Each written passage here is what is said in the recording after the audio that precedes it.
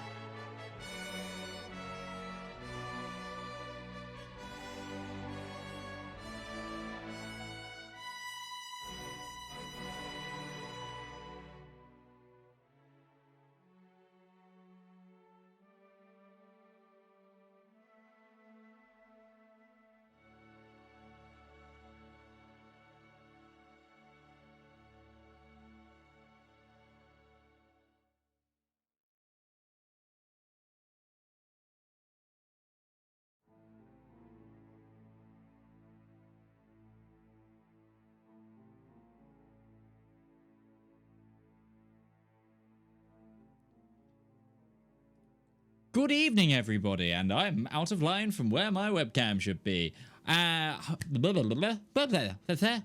thrown me. Good evening and welcome to another episode of the Elendor Chronicles, brought to you here on the Component Cast.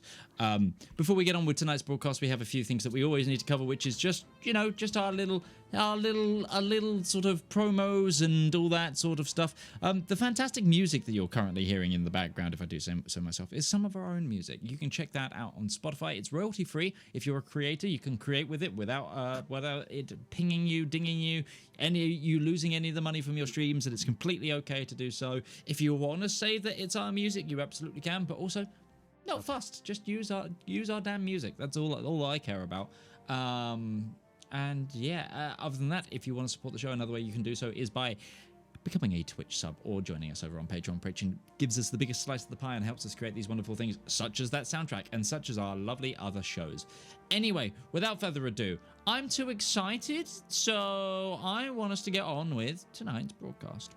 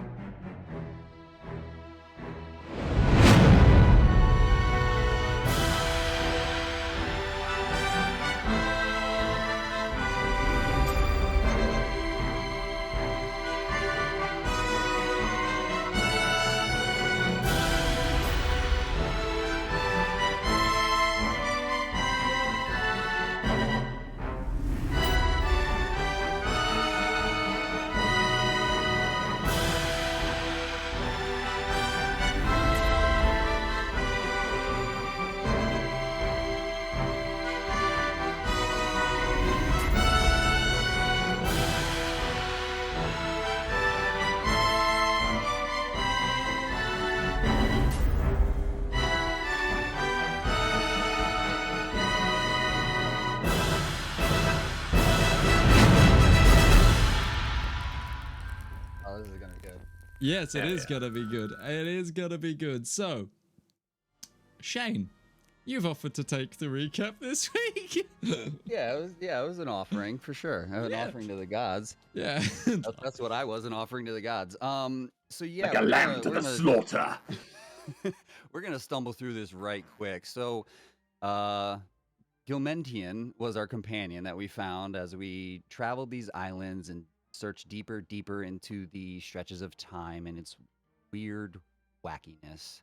After finding this individual and kind of being on his island for a while and trapped through that portal, we traveled through a bunch of temples, succeeding in a few different trials, some of us getting blindfolded and blessed, while others are finding answers to questions that they've had, since we now have found ourselves in a realm almost outside of time, as if we are trapped within the Green and Pleasant Day. And within that realm, we've been having conversation with the bard, that Ulfric the Bard, I believe his name is, that had traveled with the king that never was. And so we've been on a kind of just a learning journey recently, questions and answers, and trying to figure out where to go forward from here now that we've reached almost the inner sanctum of this shattering. You know what?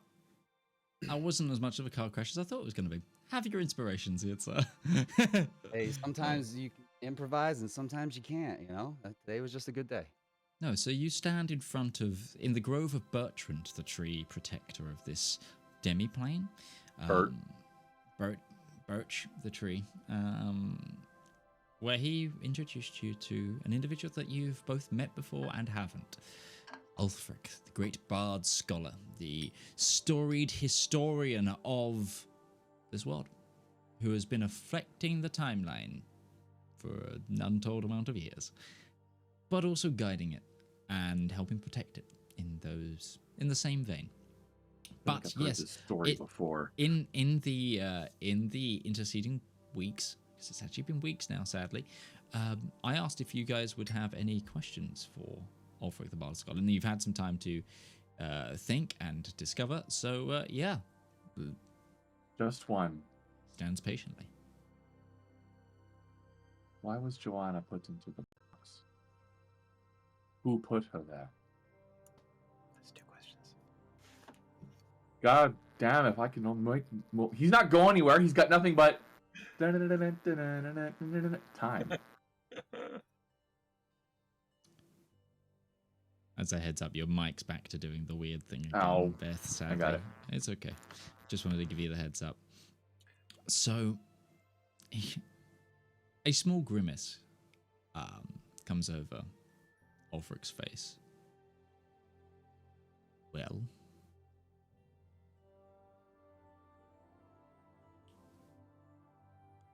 Really good. as to why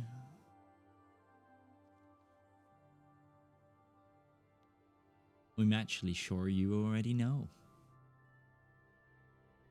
You've read the final pages. It seems some believe she's integral to that.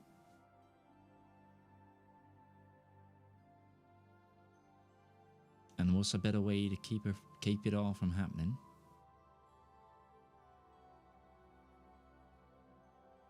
than to keep her locked away?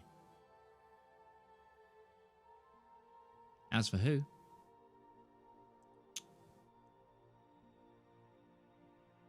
it's a little bit, that gets a little bit more tricky. There's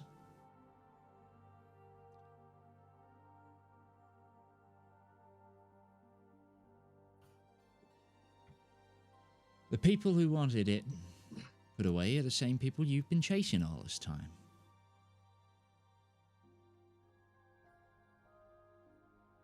It was those dragon brothers that put her there, because they believe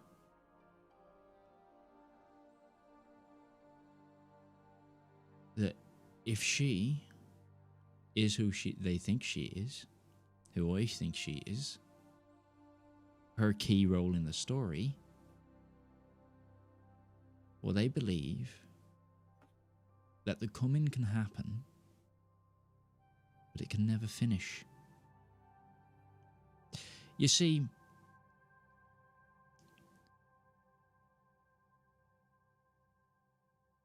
the shadows,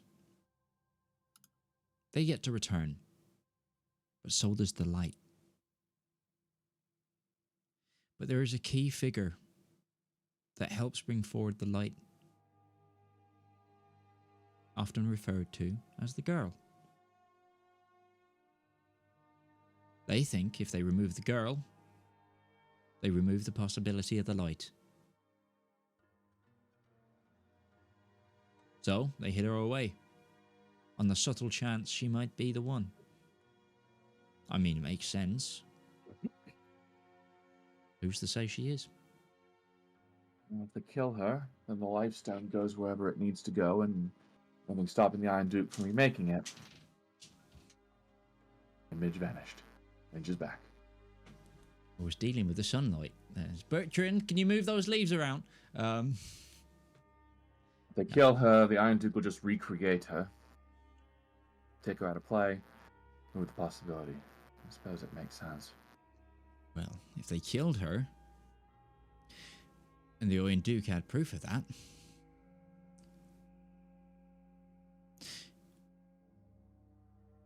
a father looking for a lost child is a lot more easy to control for some than a father looking for vengeance for a dead one. The implication you just made there is that somebody has been steering him along too. Is there a traitor in his court?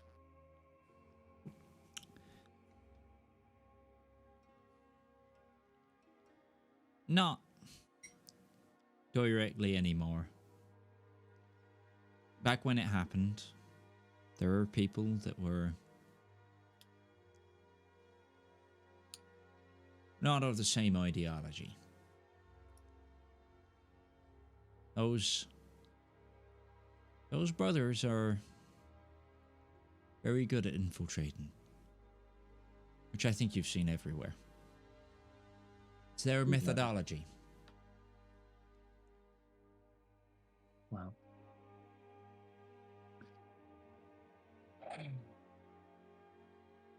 How did you find Johanna's box? How did that come to be? Surely the brothers would have obviously hidden her in this pocket and then hidden where that pocket could be accessed from. How did that end up coming to Redbury? I'm assuming it just didn't appear in your warehouse. Not my warehouse, but I get the point. It went missing for a long time. I actually was in a position to be sent by the Duke to go out look for it. Even turncoats have their turncoats. And enough coin, enough prices. Is the problem with the well, before now, and what the brothers could get away with without revealing too much of their hand. They had to try and stay as hidden as they possibly could, lest the powers that be that were after them catch up with them. So, once you find the location of where they hide something, and you pay the right people, it can get around. It was a bit of luck, actually. A number of thieves actually came across it. Didn't know what it was.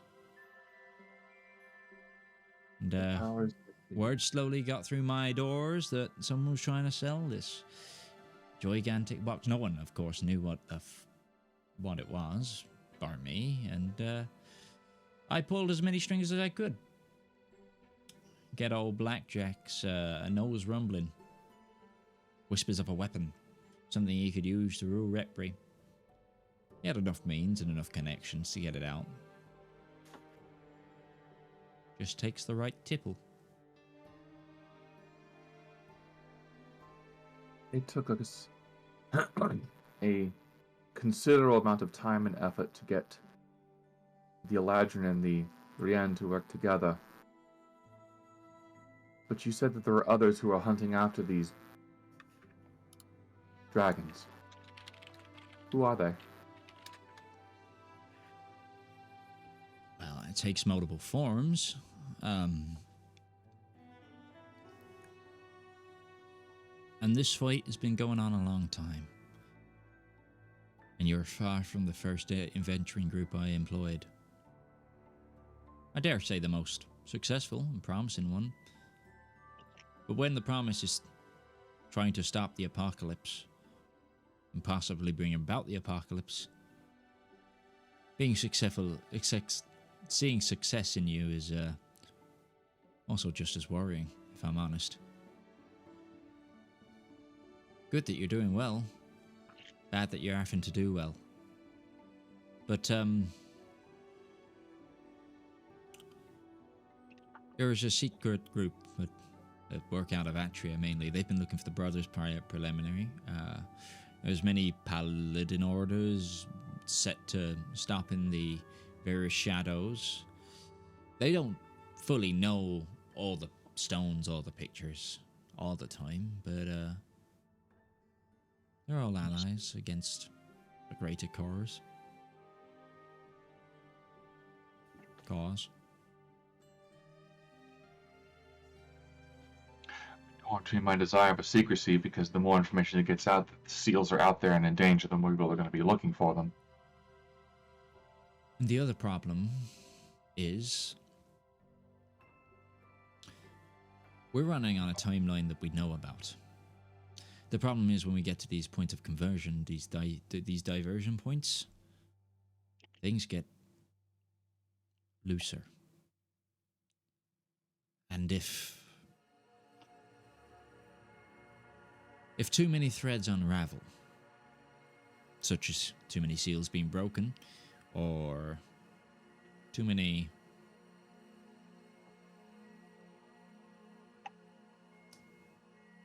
butterflies don't make it out of the chrysalid.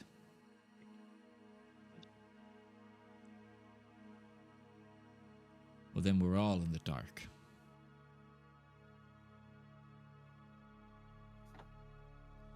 It's all a story. I maintain that story through the scriptures I have, from the knowledge I have, the words of friends. Do you know when, where? Oh, sorry. But if the actors end up without a script, and the world's left to improvise, it's hard to say what would truly happen. So you don't know when and where the 9 shadows will fall? Never have, never will. Well, in fact, shadows, they rise and fall as many times as possible. It's, I think you've had it explained before, but there have been other attempts where people have tried to break the seals and tried to bring about this story, but it gets stopped. That being said, they've never got as far as they've gotten right now, so that's a problem. But what went wrong this time that they managed to get so far? Or what did they do right in their eyes? Like, what's the difference? I think the war. There's always been war, though. I think it's inevitability. Roll the dice enough times, you'll eventually get a natural 20.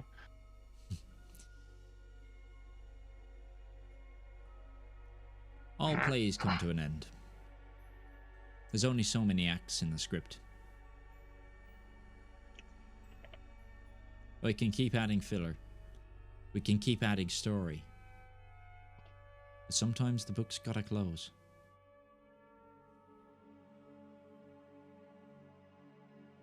Are we near the end?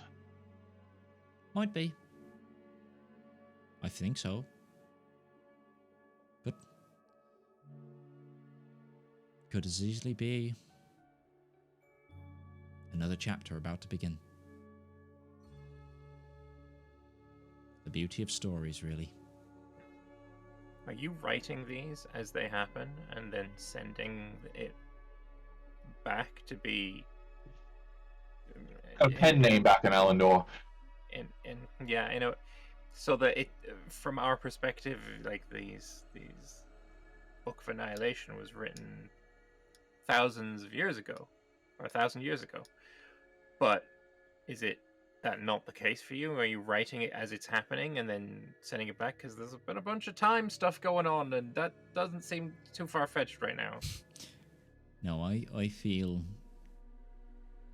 the existence of time as much as you do. Well, you don't look a day over 30. This one doesn't. What does that mean? Are you a changeling by chance? No. He kept switching forms the first time we met. Yeah. Well, yeah. I'm something of the sort. Okay. Yes, but no. Was a changeling. Yes, and Yes, and. At one point, I probably was. are you inhabiting other people's bodies?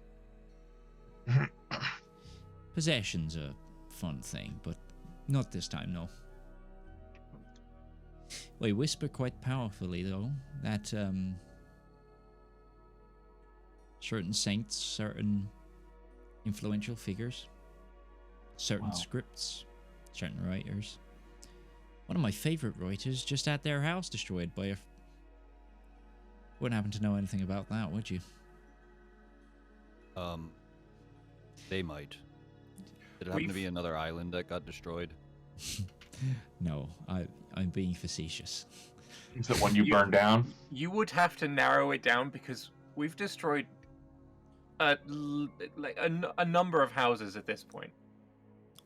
Okay, Black Well, Beak House, that's why I said island. the place with the who was owned by an influential woman who wrote secret histories that was Okay. quite In thankfully our defense, undead.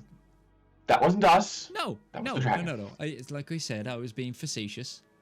It wasn't Just- even the dragon, it was the Duke. He nuked the Yeah, really, he nuked the place. The Nuke Duke. Duke Duke. Well, I mean, The Duke nuked him. Oh God, groovy. And because he's got a lot of warforged, I've got balls of steel. Sorry, it's canonized now. and I'm all well, out of creepy on 'em. crystals. Dun dun. Dun. Well, it's Not that turned it- into the Terminator at some point. far be it for me to give you advice on anything, but two things. One, you're supposed to drink, not inhale. Ah, 1,000 years old and it might all come down to this. You could have just asked.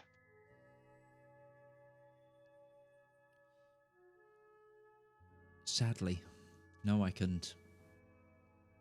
I'd have said yes. I'm fairly certain Valymr would have said yes. But then I... He may have whinged about the water, but he'd have come. Wait, put it this way. Right now, you would have. But if I had spun a tale of the end of the universe, right away. Put it this way, I've seen too many adventurers to take that chance. I imagine you've taken that gamble before, or turned down. Not me, but I will. The second one, bit of advice. Your persona for Greer. He comes off as a little too all-knowing, a little too aloof. The impression that he knows more than he's letting on is a bit much for a barkeep. That's how I didn't know it was you, obviously, but I knew there was more to you, more to him. Greer is a very useful identity. He does know more, and the people that know on that island know. The rest are too dumb to realize, so it does the job. Because, don't know if you heard while you were there about the Council of the Labyrinth. Oh. Vaguely, it's the hidden council that runs it, with one guy being like kind of. It's like the council of gangs. Yeah. We didn't get too integrated into that before we left. Where is the council? Golly, I'm shocked. No, you're not. But I'm really not. no. I love democracy. So the persona works. Okay. It does its job. Sure. Anyway. Breton, anything you want to ask him? Nope. Okay.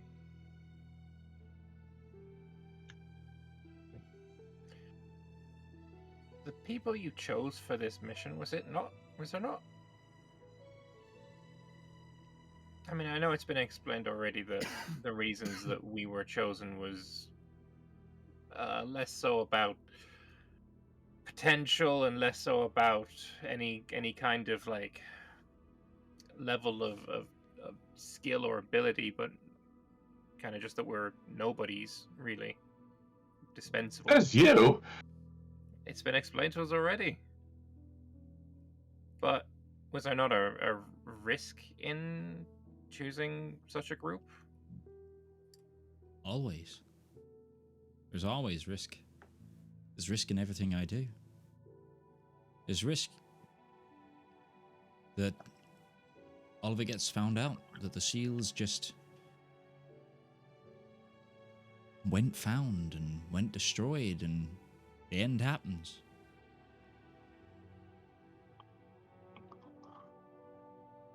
There are times I've had to put down groups myself.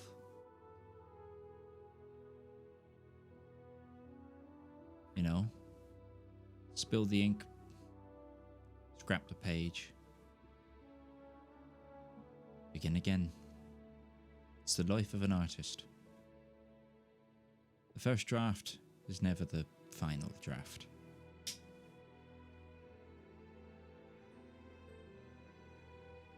I think we're ready to go. One more question then. Don't suppose you happen to have any of the King That Never Was' blood, do you? That's where we're going next. I don't.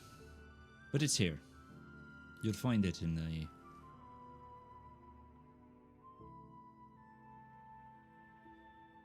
When the final decision happened.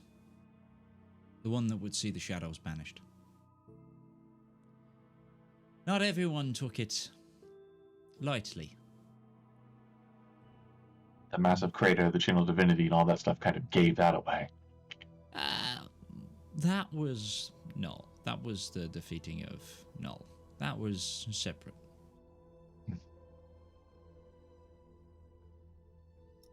Nobody's going to be upset when I watch somebody walk up, slice the king, and then I just, excuse me real quick, put a vial under his blood and take sample and then leave, right? Nobody's going to... You won't. That at all. Okay. Just making sure. You'll find... So You'll find an arrow. Pierced him. Them. In the shoulder. An arrow? Mm-hmm. It still has the blood on it. What we need to now Is get it is Iolas? Darius.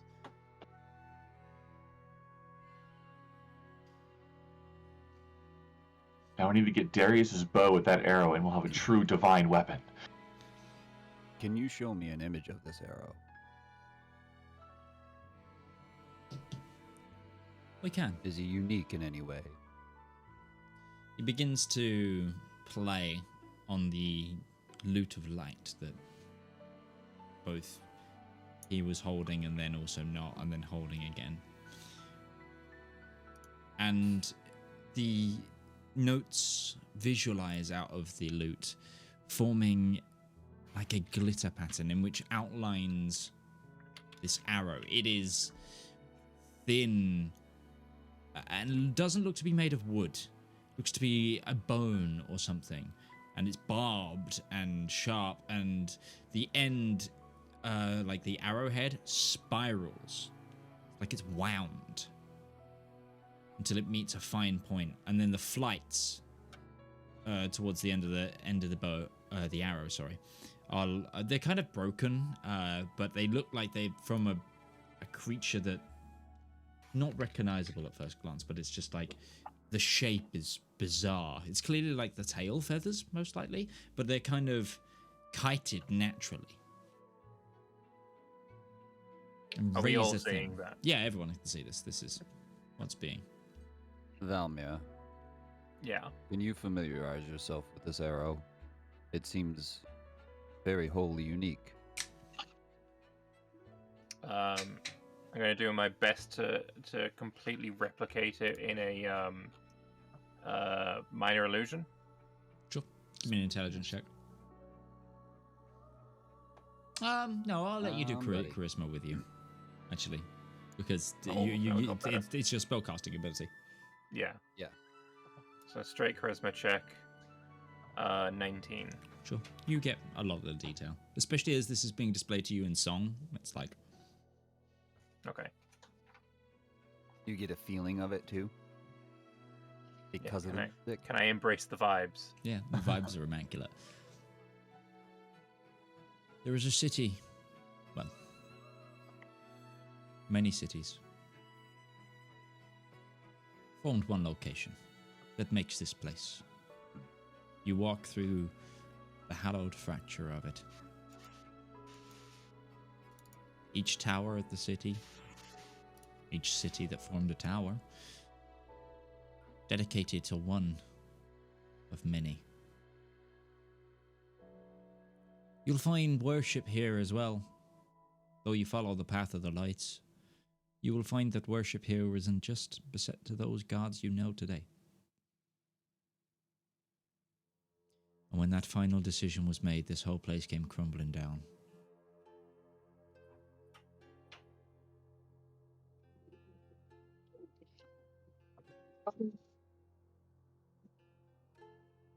But She'll take the coin, flip it. See if this works. oh, you're doing that? No, to see if we can just have it now. Okay. I was like, Just getting over a mild heart attack. was not ready for you to make that choice if you were going to make a choice there. Give him a hug. I change now. Okay. Yeah. As a note as well, the pendant that I mentioned last session, it is in the party sheet. Yeah, I see it. Yeah, I see it. Period of true life.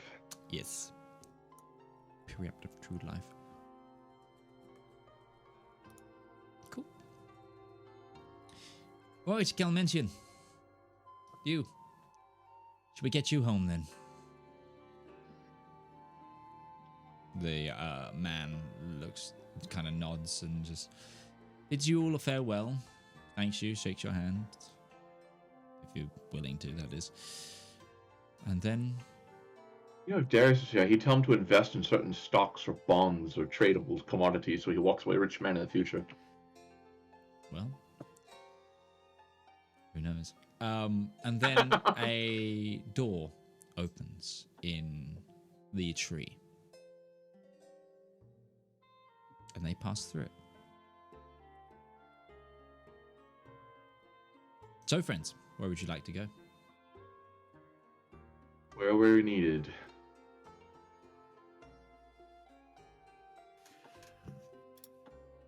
Oh boy. How would you like to progress? Go to the Remind site us- of where. How we got to this specific... We walked through a location? big Was double it set of through double a- doors in a long hallway.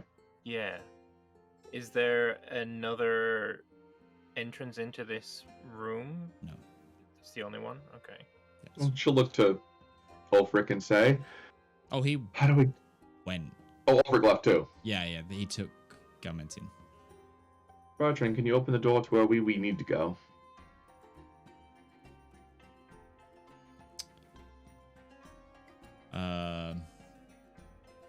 It's Gourd that's talking to Bertrand, but Gourd can ask. Or to... Yeah. Gourd can I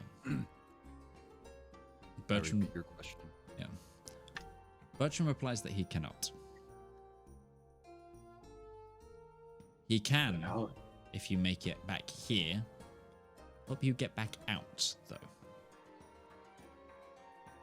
So how do we go To forward our from own here? time. Well, we need to get to where the king that never was shot. How do we get there?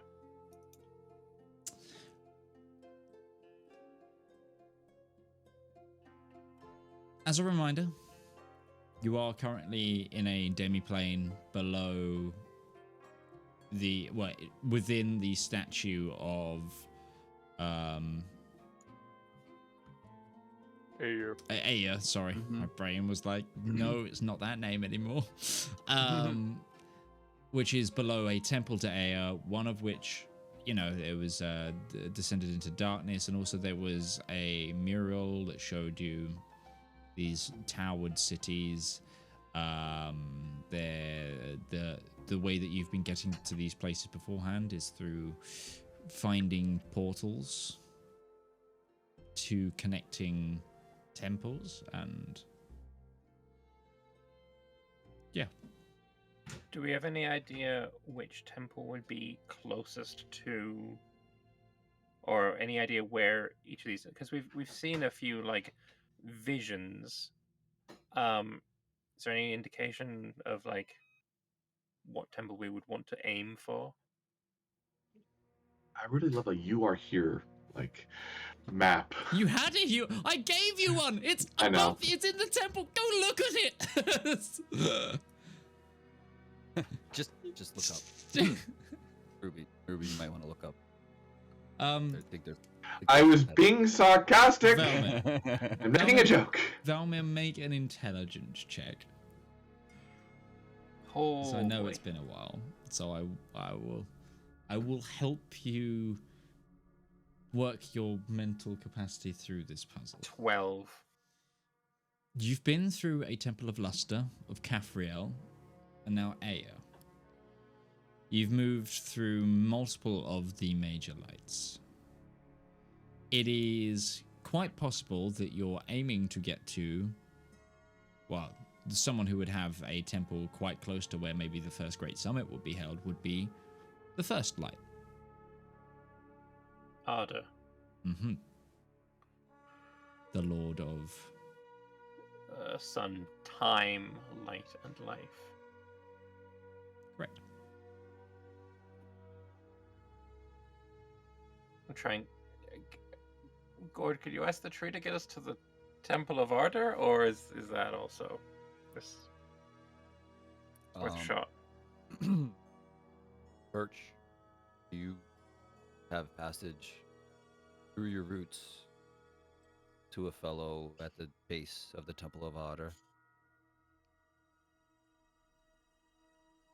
I do not. I have connections to the great outside, but not in the shatter. Thank you, friend. Perhaps then we go back to the Temple of Air and search around for whether that place has a portal leading to another temple. Temple of Luster was in disarray, and once it was repaired, it opened the portal. Temple of Kafriel, we discovered the secret. It opened the portal. And it suggests there may be something here that we need to discover, something that we need to fix that will open up the next way. And with Luster, there was an opposition to what was there. The temple was in disarray, whereas the deity represented order, organization, and balance. So, as I suggested before, it might be that we need to return light to the temple in order for the way to be opened, as that is what Aya represents.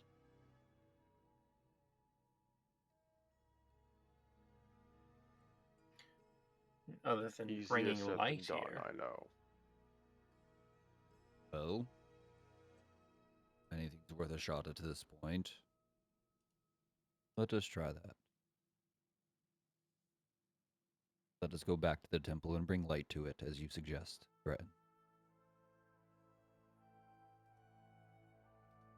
Okay. I'm happy with that. Okay. So, you go back through the misted doorway that leads you back into that thin, cold, well, as you know, thin but slightly warm corridor, which then opens into you exit beneath the feet of Aya, and you're back in the waterfall cave. Are you going all the way up?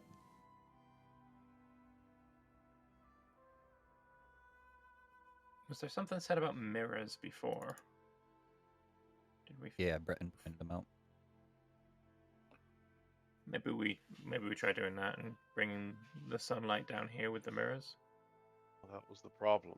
There is no sun outside. It's nighttime. Oh, right. The Galmentian mentioned that there was a very infrequent and not very long sunsets here. Yeah, it was like one of those things of the sky would light up like dawn or sunset was about to happen, but never get past that point and then go on. Like being polar north during like its winter. Like being in Finland.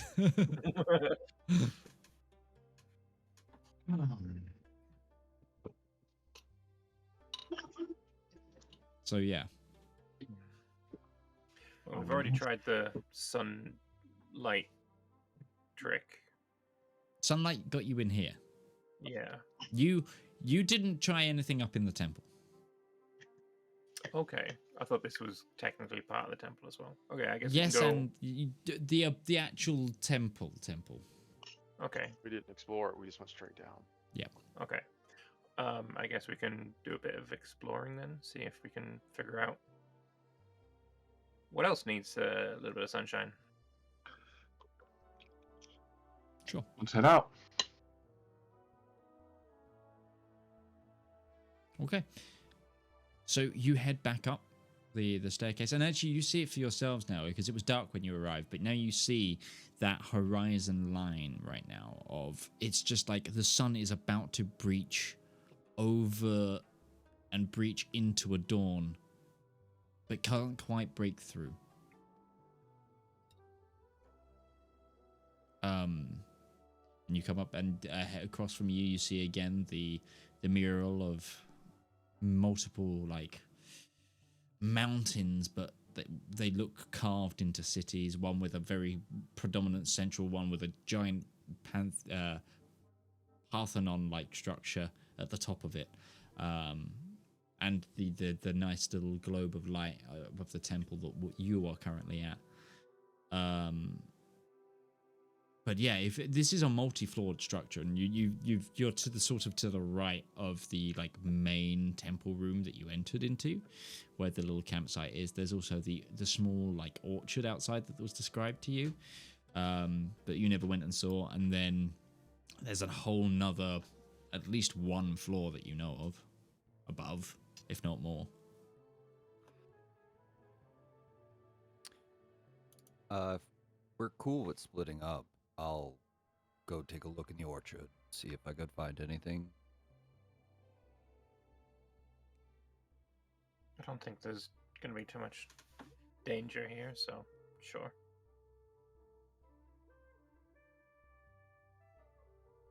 I think I'll accompany Gourd on that, actually. Okay. And Breton and Ruby, you're gonna go up? Okay. Yes. Okay. Yes. Okay, so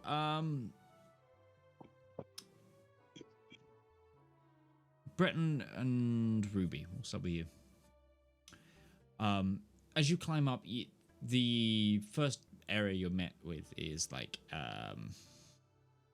it's like a balcony, a raised balcony that would look into the main temple room from what was left of it, and you see this large crack in the like ceiling and where the ruins are sort of falling through. But as you go along for a little bit longer, you follow it round, and it takes you outside. And you hang in an area like a large balcony, projecting out over a cliff. Vast ocean in front of you.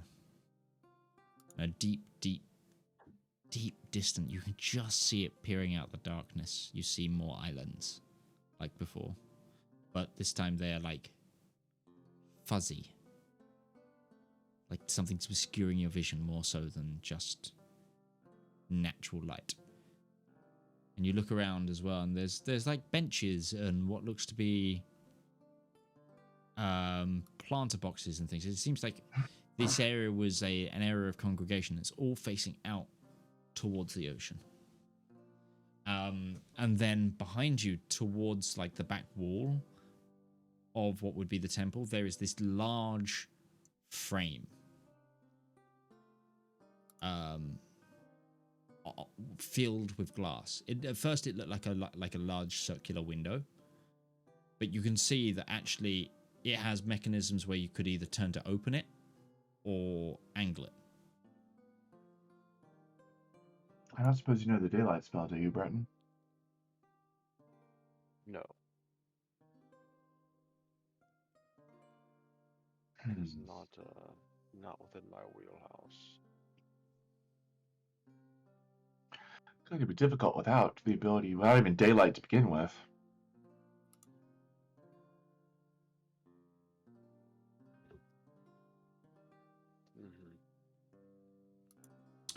There is also a door back into the temple at the far end of this balcony area. I almost feel like this particular island is disjointed from time more so than the rest of every other island. Disjointed from time. Everything else is daylight. This place is night. It is in the way that the daylight isn't cycling, but the whole...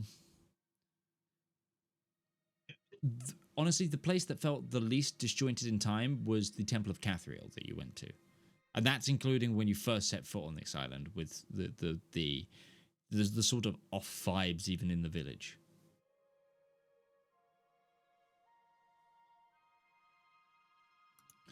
So yes and no would be my answer. But it's more like, with everything that you're seeing, it's more like there is a heavy afterprint. So you're both probably like in a deeper sort of understanding of. Give me an Arcana check quickly. Sure. I love making Arcana checks. 9. Almost a 20, but in fact a 9. You gonna use a sorcery point on that, or? I'm not soul. Well, I'm sorcery restoration. I can.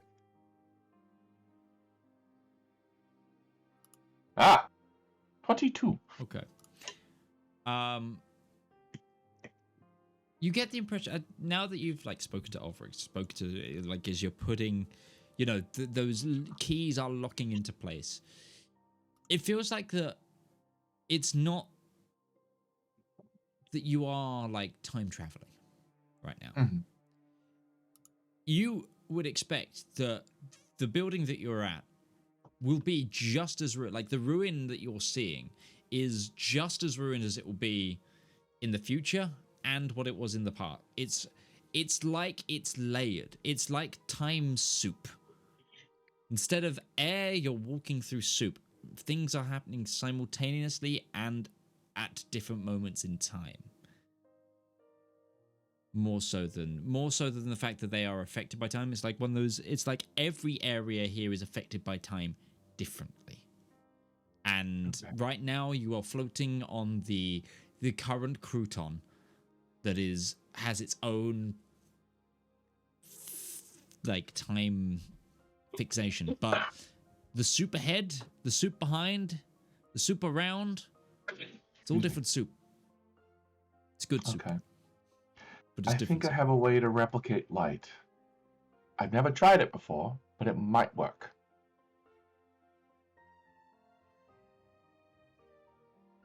All right. I might need a little space for this one.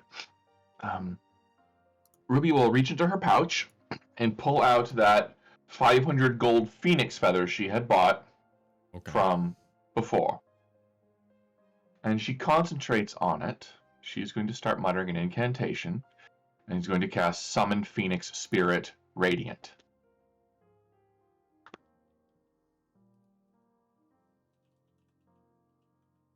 I will link it in the chat.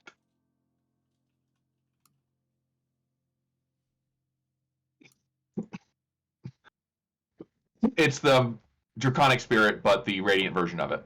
Yep.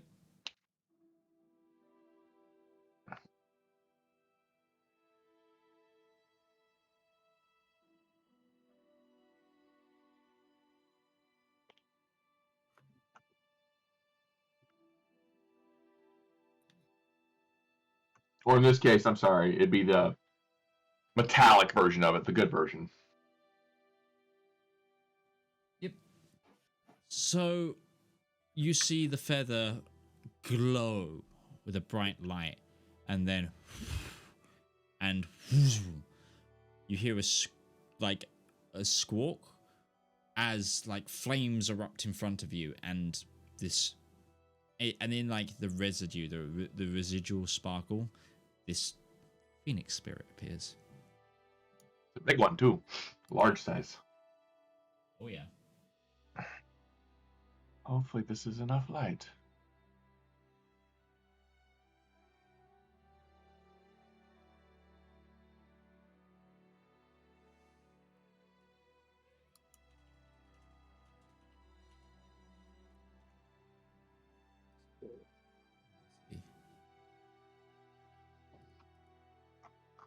What's there?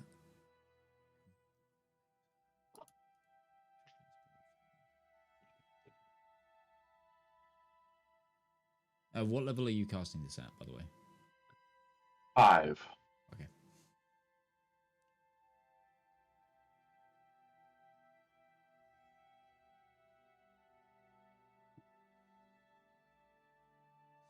So this would be a.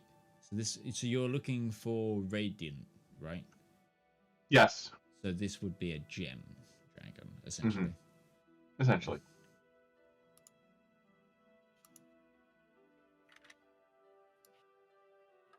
Just trying to see. Okay. Yeah, you see this like white and blue, like, so it's a white phoenix, but its fire burns blue, much like Soul. Just floating in front of you. Or not floating, it's like perched.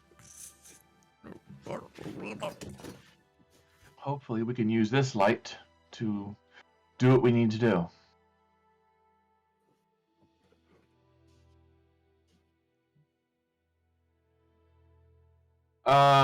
Start angling the mirrors, I guess. So you've got this large one that seems to be just a glass frame. You haven't found any mirrors yet.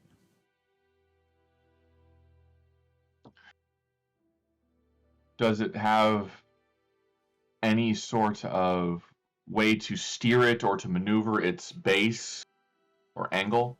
So this one, you could. It's like there is a cog under the underneath it that seems to, rotate it on its is that x-axis? So spin me right round, and then there's cranks on the side that do the yaw. Pitch and yaw. Okay. Yeah. Breton, you mind helping me maneuver this? Alright. And she's going to try to aim it to, I guess, the door where they come out of to get the light going down. Hopefully this will help illuminate the situation. You can't seem to aim it at the way you came through. Okay.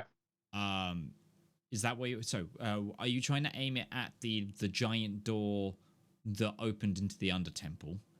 or are you trying to aim it at the wall that you came through that was a portal? The under temple door.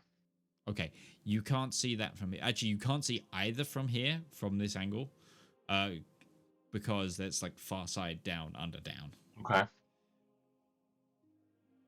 Is there, looking up around, is there anything else that looks like it might be an obvious place where light is needed? Or a circle on the a dais, a sun, an orb in the sky, anything that might represent it? I mean, there's the sky, but in front of you there is the. So where you came in was you are under a large statue of Aya, so you can actually hit that statue. You can also aim it towards where like the pews in the temple would be, or you can aim it across towards the first ring of the balcony where you came in. No other statues in here? You're outside right now. Okay, no other statue. Okay. So you're like on a large, like 60-foot balcony, overlooking the ocean and those hazy islands, and just open and space. the light out towards the islands themselves. Does the light seem to pierce the fog? No light going through this right now, so can't quite tell. But I mean, the light from the mirror. Is there any reflected that goes out, or? It's glass. It's a giant glass. It's like you're turning a window. Okay. Right now, there's no reflection from it in that. I mean, you can see yourself slightly in it if you get really close, but it's more like glasses. It's more like a lens. Focusing light. Quite possibly. Is it the same material that was used, out of curiosity, is it the same material that was used out of the spell cannons that the elves were using? Might be. It might be. Similar techniques probably, but this looks different. It's not what those lenses were like colored and opaque. This is completely clear. Like you can see everything through it, sort of thing with this one. And yeah, like I said, there's a doorway back into the temple at the far end of this balcony where you're at currently. So one of the ways the window could face was the wall with the portal that we came through, but that it couldn't actually... Couldn't hit the wall, but could hit the statue in front of the wall. Could hit the statue in front of the wall. I don't know.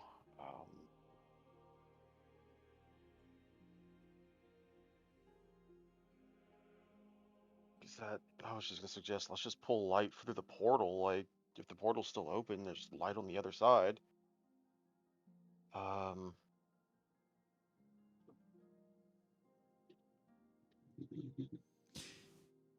You think that if you were to get light, if you were trying to get light from in out, this main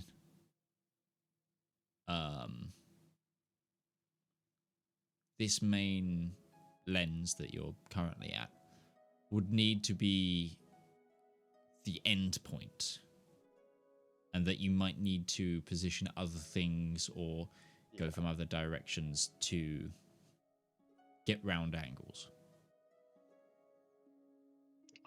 Right now, Are there any other mirrors?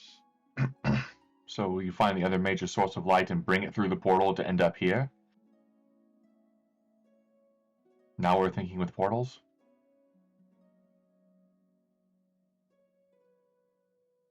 There's no light on the island, but there are light on other islands, so as long as the portal is open, presumably there is sunlight from there that could shine to here. Let's try it. Pointing at where it needs to be pointed. So I guess the spirit is not bright enough for whatever it needs.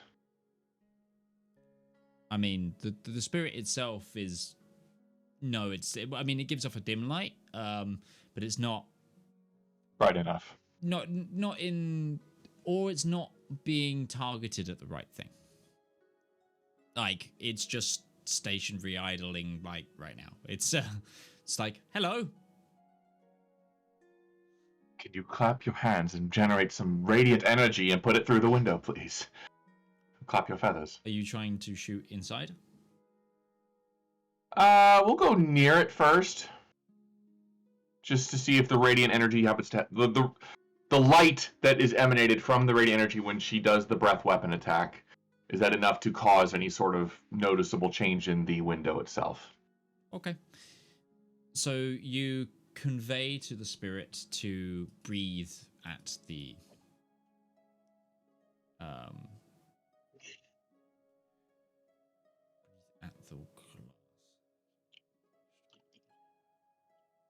Sorry, without a map, I'm having a hard time visualizing all of this.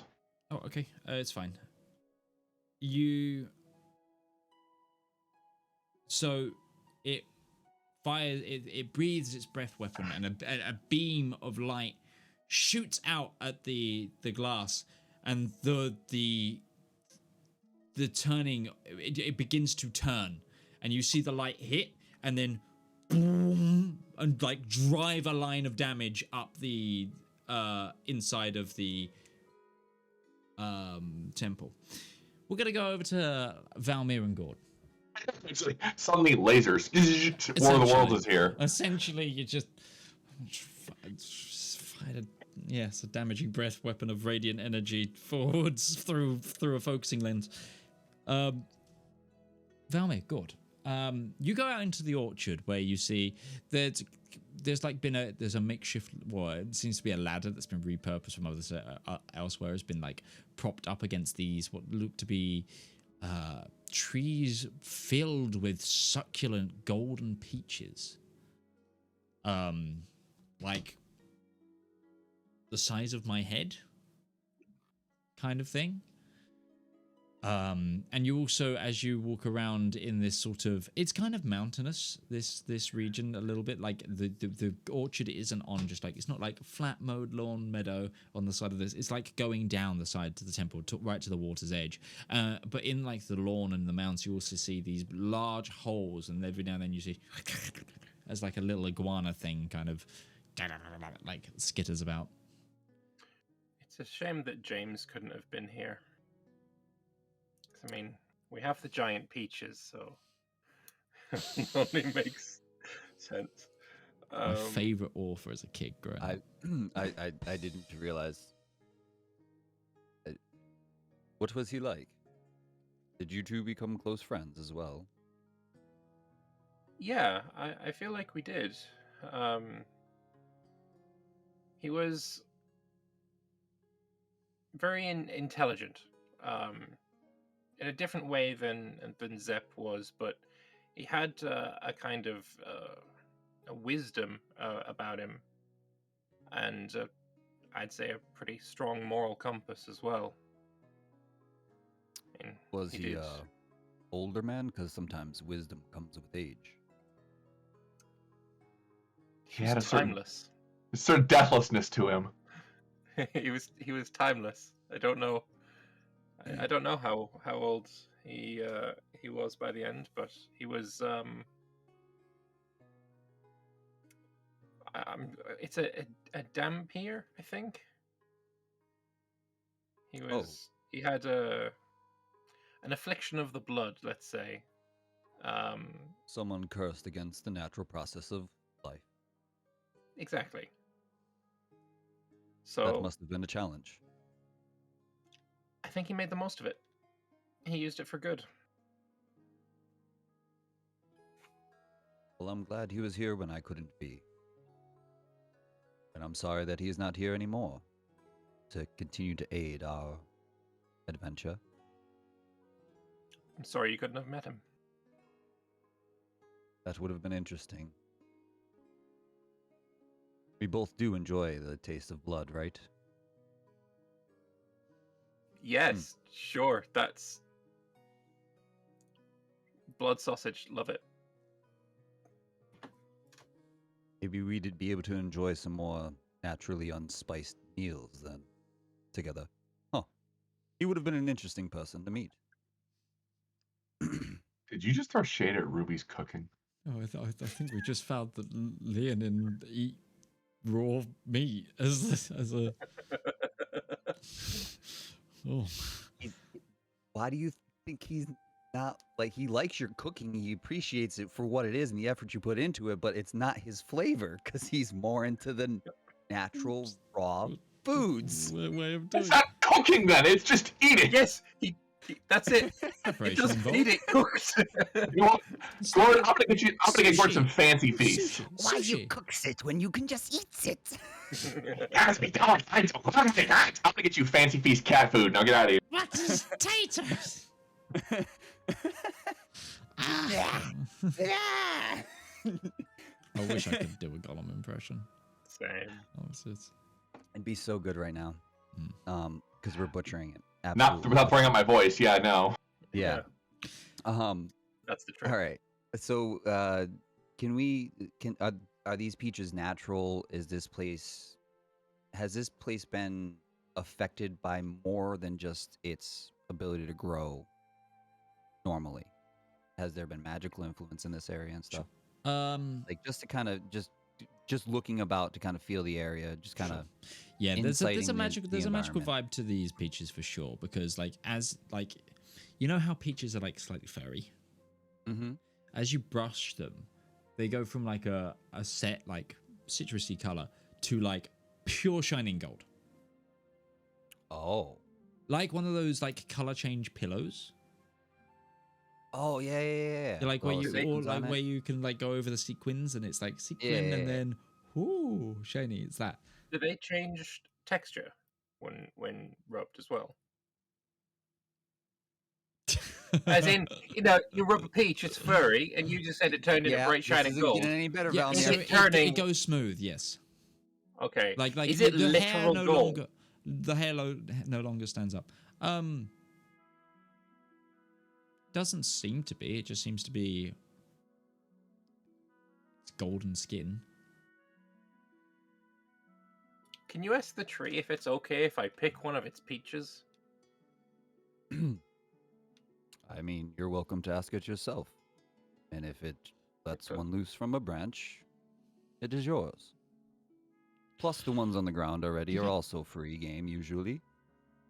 If you'd like to take one and raise the pit as your own, I was thinking of eating it, but well, you're welcome to eat it off the ground as well. I'm sure it's just little dirt and nothing that could really hurt you. are there many giant peaches on the ground? There's a few.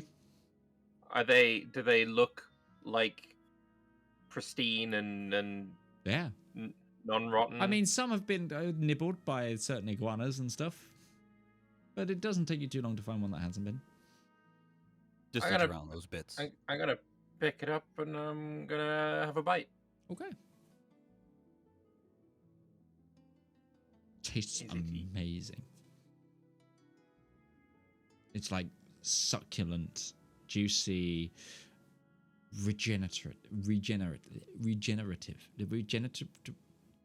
Why can't I say that word today? Regenerative. Are you missing any hit Regenerative. points? I don't believe so. No. Are you missing any spell slots? Also, no. Okay. You feel like that this is a very fulfilling.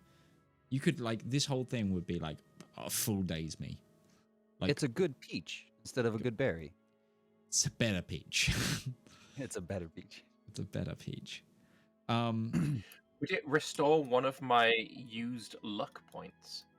No. You don't feel lucky. You feel revitalized. But when you also look slightly glowing on the inside. How did it taste? Delightful. Like, regenerative. It feels, yeah, I mean, would this kind of not really disappointed be you your beat me to the flavor? punch. Or Yes. I'm disappointed you beat me to the punch. I'm gonna pass the peach over and see if you would like to. As you handle it, you see that the insides, like the juicy fruit, is like it glows. It's like bright. Is this perhaps maybe like the light that is needed? Huh. That's a concept. I mean, Shall I've never we- seen a fruit glow before. Neither have I. And it tastes divine. Really does. Yeah. Can we ask Uh, the tree for a fresh one to bring down to the temple, maybe? Sure. I'll go ahead and attempt. And also give thanks for the gifts it already gave. Yes. It doesn't respond, but it does relinquish a juicy peach to you. I will thank it in Sylvan. Oh, fancy. Okay. Same. We'll move on, Okay. I guess. Or we'll move on to check the rest of the area, Sure. see other cool stuff that there is, and then Okay, sure. Just give me a quick investigation check.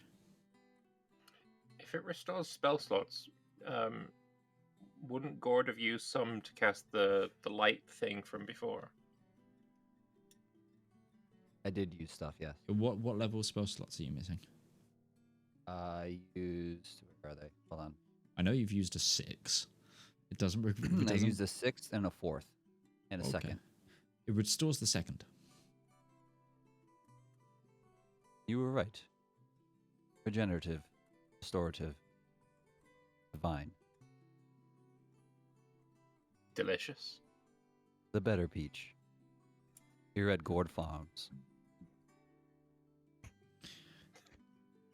Sorry. Gourd Farm recalls.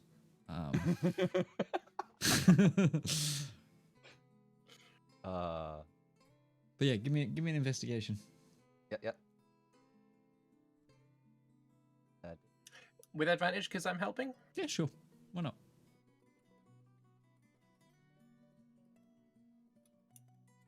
15. 15. You walk around this orchard a little bit more, and you see in like the lapping waves at the edge, you see like what seems to be a bit of a broken mechanism, sticking out of the water slightly. I think you're gonna have to get that over one. Yeah, I think you might have to get that one. Oh, yes. You sure you don't want to try to be a fish? Quite certain that I'm very happy It's not being grabbable a from fish. land, I will say. But what if I slip? What if I fall? What if I trip? No, I'm saying I'm just saying Gordy doesn't need to use his polymorph for it. Yeah. No, I was just trying to... I'll go for the device. Yeah, sure. It looks to be some sort of like capsule or container that's just broken apart slightly. Is it big enough to or small enough to carry? And Small keg, like- small keg size. Okay. I'll bring that, and we'll bring the peaches or the peach back with us, and I guess reconvene with Ruby and Breton. Okay, as you turn to go back inside, you see a laser shoot through and just. Sorry. That, When you said bring the sun, I didn't know literally. Full concentrated power of it. Nope, sorry. My bad. what is that? No! Yeah, Hairback. that. That's hairback. You've not done that before, have You've you? seen the small one version. You've seen the small version of it now. Uh-huh. That's That's new. amazing. A little bit. It's just sat there like Pat, pat, pat, pat. it's got the facial expression of Big Bird. just... And it has lasers?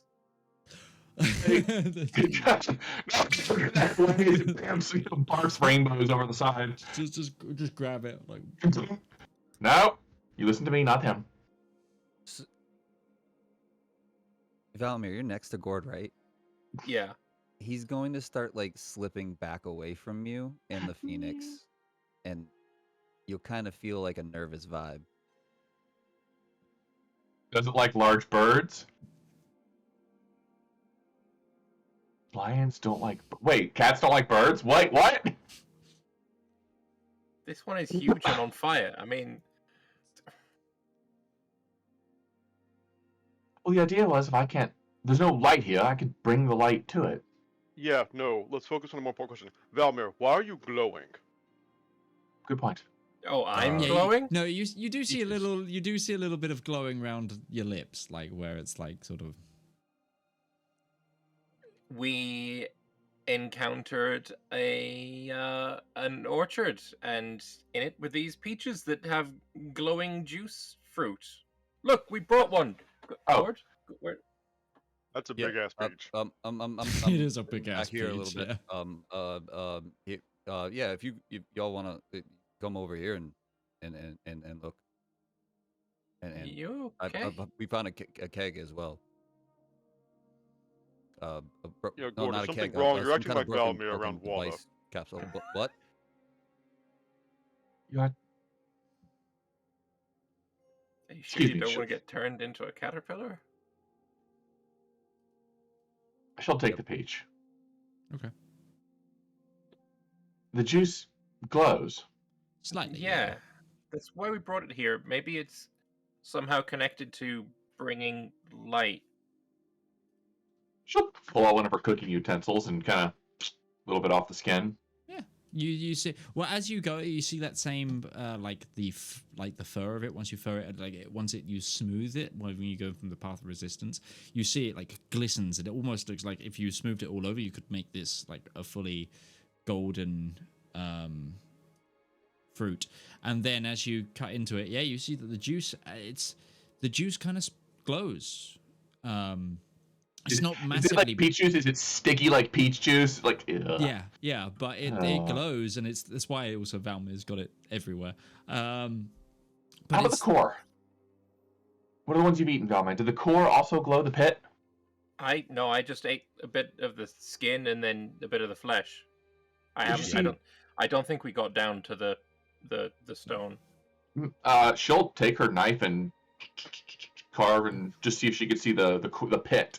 Mm. But yeah, it seems like anytime you cut into it, it seems to like illuminate. It's the flesh and the mainly the juice that's glowing. When you actually get to the pit is a deep dark blacker than any black you've ever seen. Like it's Magicka black. like it would attract light, absorb it maybe. But That's how we bring the light down here. Ruby as well. You look at this keg like contraption. This looks like a cage for a press. What? A press, as in like to make wine or Oh, like some. It looks like it like there's. idea. Okay. Yeah. Let's go back to the peach tree. Okay, you want to go back Okay. down to the orchards? Sure. Yep.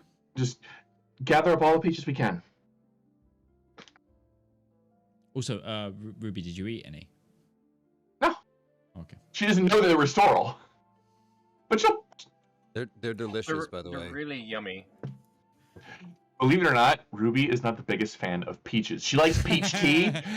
She likes peach tea and cobbler, but raw peaches, she kind of.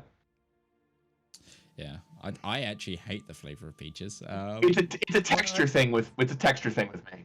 Not a that's- taste, Yeah, texture. like a squishy, soft peach. Ugh, no, but like a good, firm, like really good Like, one. with fruit with me, the less ripe it is, like early on, the happier I am. I prefer my pears like crunchy. Yep. Yeah, I'm the same. Yeah. Yeah, you're both crazy, anyways. But yes, okay. Anyone Fuck just that shit. as a GM note, anyone who does eat the peaches up to a level 2 spell slot can be restored. I've only expended a fifth, so how about sorcery points? It would do HP or spell slots. Sorry, Okay, fine, sure. I'm going to consume a spell slot for sorcery points, and then I'm going to use a spell slot to get it back. That's Good. It's a peach, not there coffee. you go. There you go. Yeah, no, guys, I am now a coffee sorcerer. Get at me. What do you got? No, you're a Nothing. peach sorcerer. Ruby's got peaches. That goes good with that goes good with it. Midge, you don't know what you just did to me. Anyway, no, Ruby will take a bite and gonna. Yep, still don't like them. Yeah, All right, so we gather up as many of the peaches as we can into that press and start So this looks like it will go into a larger. into a press. Yes. We need So to find so the so like You seem like one of those. So it's like you seem like an expensive coffee maker, like a barista coffee maker. It's like this is the thing that will clip in and go. Look around for a press. Find a press. I'm glad we had a chef on hand to fucking identify this thing. Look, either that or I'm gonna get them all together and you're gonna start stepping on them with your feet. So let's go. Okay. Give me a group investigation check. Whoever wants the helmet, and the others can give advantage, or you can all take separate ones at no advantage. I was gonna say, can Breton just reach over? Like, can I just see the pit? Yeah, you can see the pit. You have a question? He's gonna look at it. It looks like it absorbs light, and this thing is in the middle of what is basically a beacon. He's just gonna put it between his palms and just press. It just turns to a fine dust. It's kind of charcoaly on your hands. And then he'll open it up.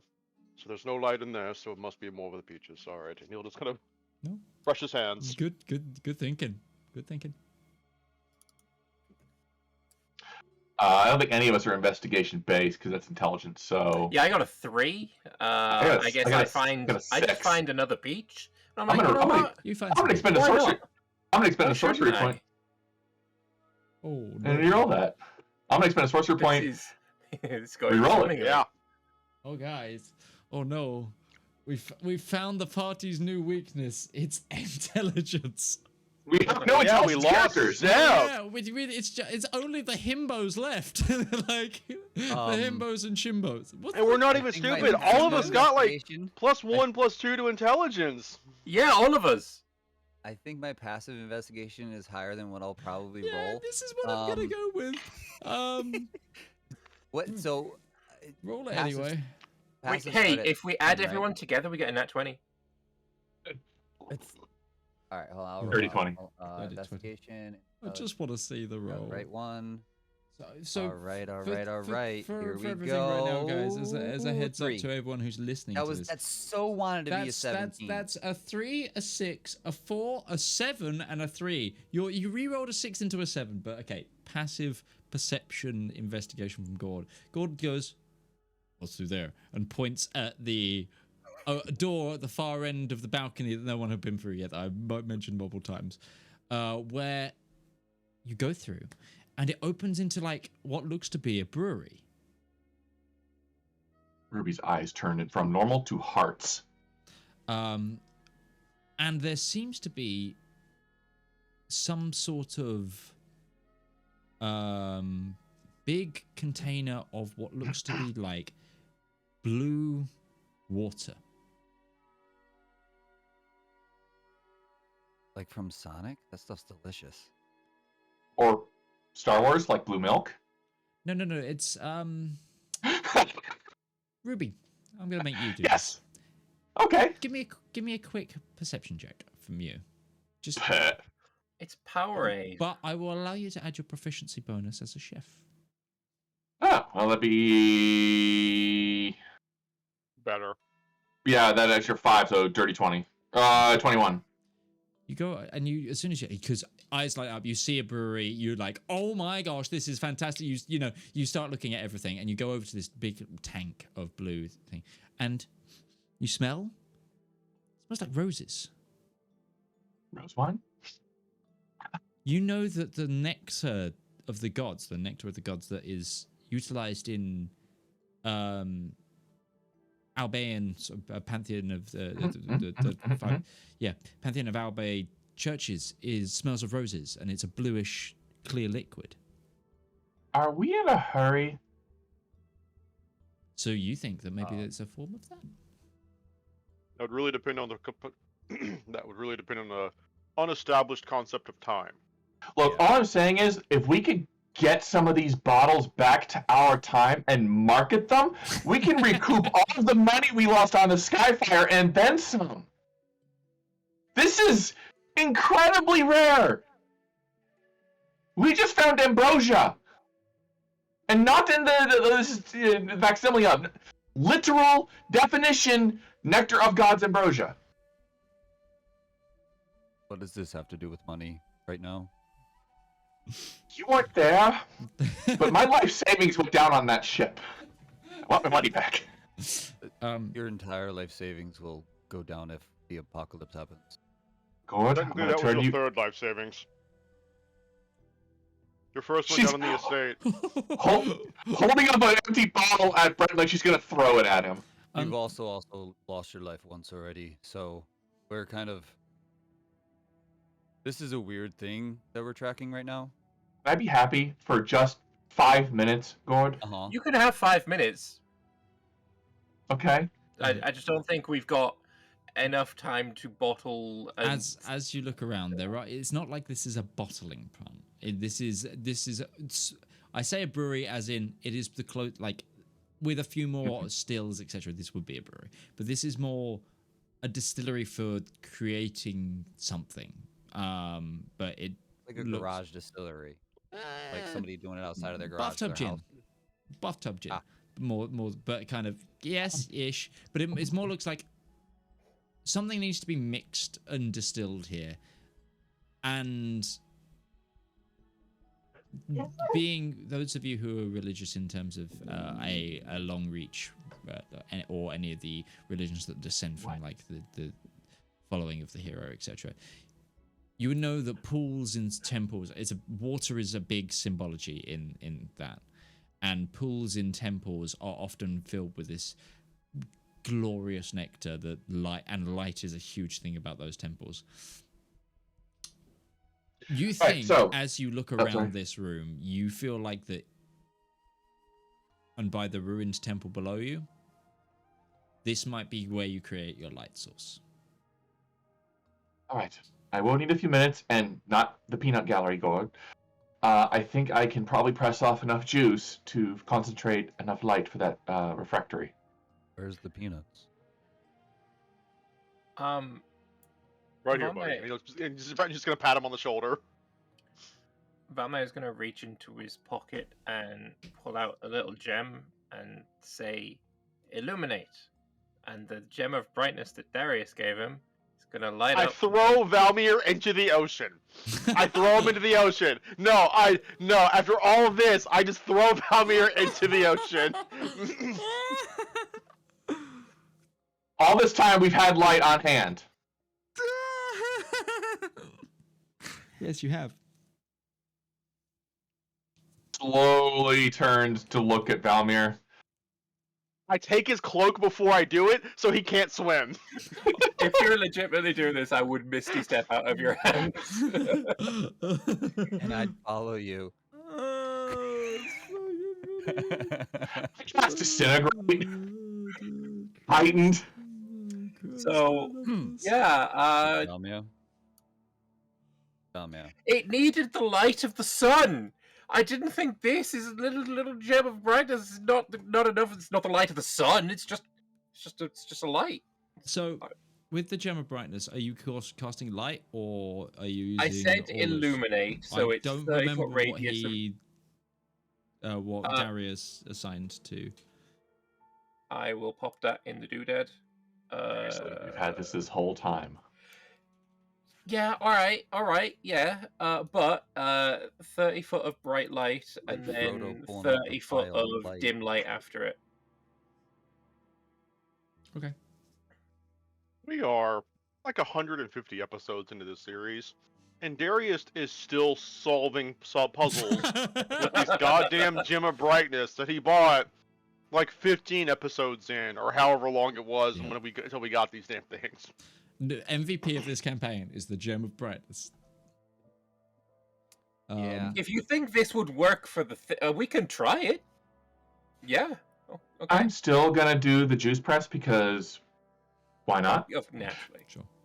So I'm gonna get a keg of that peach schnapps. Give me a cooking check, please. With which skill shall I apply It would this be to? your dexterity, I believe. Right, well, Dex plus 5. I don't have the skill set up. 11. I'd say I have advantage because you are a trained chef. Yes. But do my rolls know that? 21. 21. Cool. So, whilst you get to that, Valymr, what are you trying? I just held up the gem of brightness so that this room had more light. Yeah, than which is good because it was quite dark in here. Yeah, exactly. You know, and only I can see the dark. So it's like Also, only I can see the dancing dark lights. perfectly. If dancing lights wouldn't work, I actually don't think the gem would probably do it either. But I mean, we could use the lights. the 5 foot, the 5 charge blinding light from it. There's also just Big Bird like mean- sat outside. Just Why looking did- in. Why don't we just let Ruby do Yeah. chef things? she's keg. Pull out a glass. Sip. Let's get out of the kitchen while the women are at work. I think that's Make less. yourselves scarce. That's more making a smoothie at this point. But with a 21, you begin to press and as you put the actual press cage into and start pumping these pictures, you notice that like the mixture is this almost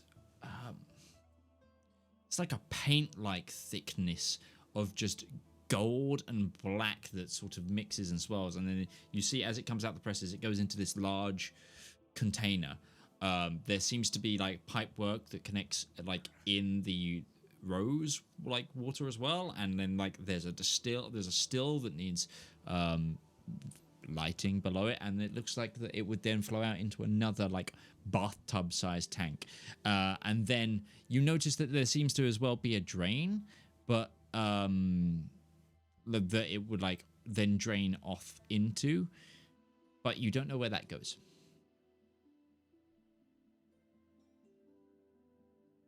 Dancing light down the drain. Just add it. You send the dancing light through. Good. Yes. Oh no, sorry. Oh, I thought that was a. I have a thing. As you I send mean, the dancing. if I can crawl down that hole if you wanted me to, but I'm just curious, not enough to get really invested into it. okay. All right. I think I've got enough here for the keg. I'm actually gonna give myself a potion of it too. I'll drink one of my own healing potions, Okay. just to get another vial of it. Yeah, it glows. It's like if you shake it, it glows more. Oh, all I need now is a hobbit and a spider. I got that reference. You have Hey, thank you.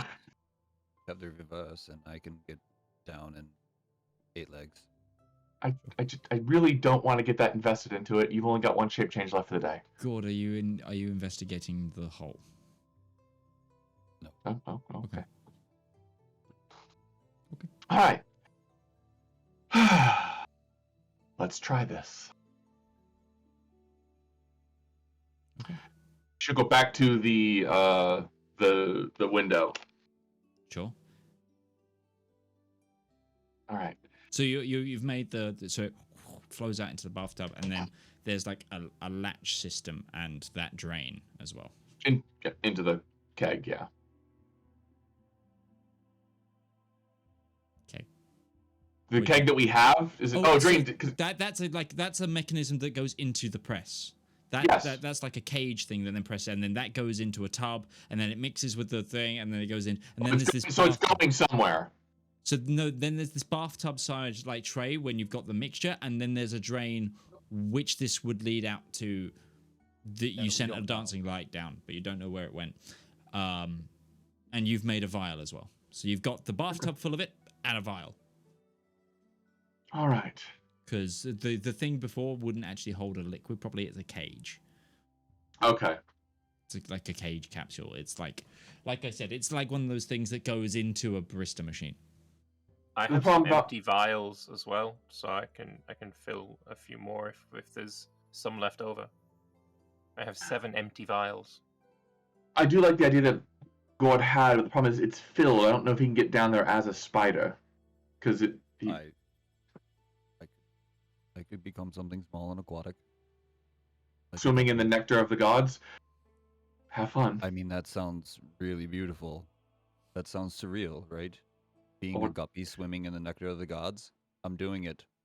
Okay. Come here, catch me. And I'm gonna transform into a small, like Dives. little. I tiny would go ornamental with guppy. A amphibious, guppy, just not a little guppy. fishy. Gecko maybe might be better. frog. Something that, a frog would be a good choice too. Something that can hold its breath, but also Yeah, tiny walk. frog. Sure, Okay. we'll do a tiny frog. Like a little tree frog. A little tree frog, but not. Sure. Yeah, Last thing no, we need is there's a for lot of Gourd to be water like frogs. fishy and just go down the drain and get to the bottom, bone dry, but not big enough for him to transform back. Oh, that yeah. would be a nightmare. I have 2 wild shapes still. Just, I have 2 wild shapes, so I'd Can be you all swap right. from one wild shape to the other without going to your original form in between? I think so. Yes. I think so, according to the D&D movie, yes. read it. Oh, true. Facts, actually. And they, because of the D&D movie, they added Albert as a wild shape. So Love it. Okay, I will. Yeah, I you will just use your gently action place magically assume the the shape. frog. I only caught you in one hand, by the way. Otherwise, you might be blind, frog, because I have the gem of brightness in the other. Oh wait, eat the gem of would've brightness, aimed so for you're your an open illuminated hand. frog. So yeah, I will place them next to the little drain, and then I will start filling some vials. How many vials would I be able to fill roughly? how many vials have you got? I have 7. You could Very fill good all point. 7. Okay. I have concerns about whether or not this frog will be able to see in the dark. The liquid is glowing. Okay, never mind.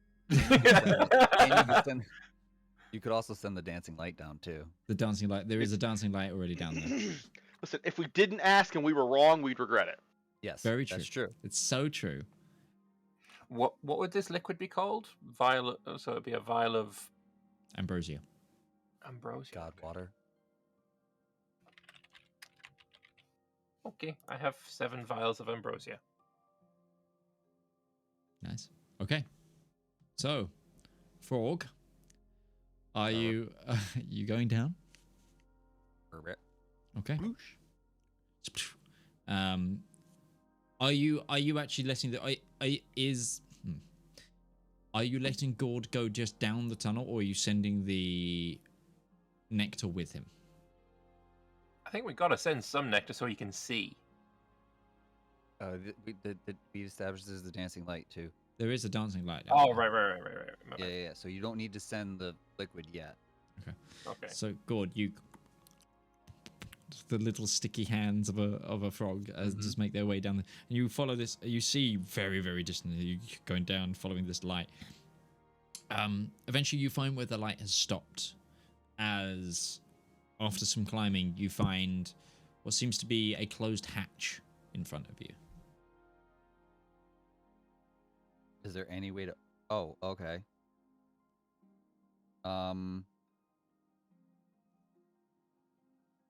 Frog intelligence.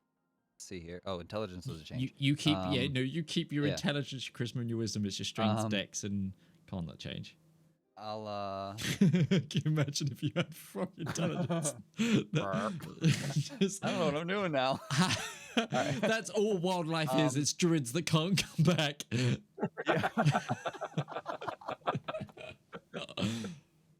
Or ones that chose not to. I'm gonna try and push on it a little bit. I mean, don't really have any strength, but like I'm gonna try and like work my way to see if it flaps open or if it's held tight. It's held tight by some sort of locking mechanism, some latch mechanism. Okay. Yeah. A little stopper at the end of the valve. All right, I'll head back up. You give me a perception check with your super high perception, because there is like a small sort of gap.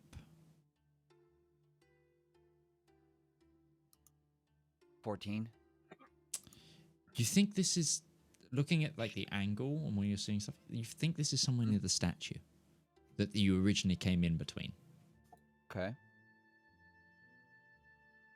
And like just kind of having a feeling of spatial awareness. All right, yeah, I'll head back up, and I'll get out of the bath,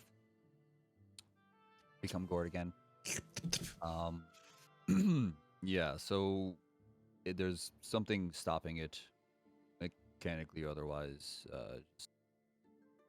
so we could fill this and it won't go to where it needs to until we open that with another lever or some contraption, I'm guessing. Zeb would know.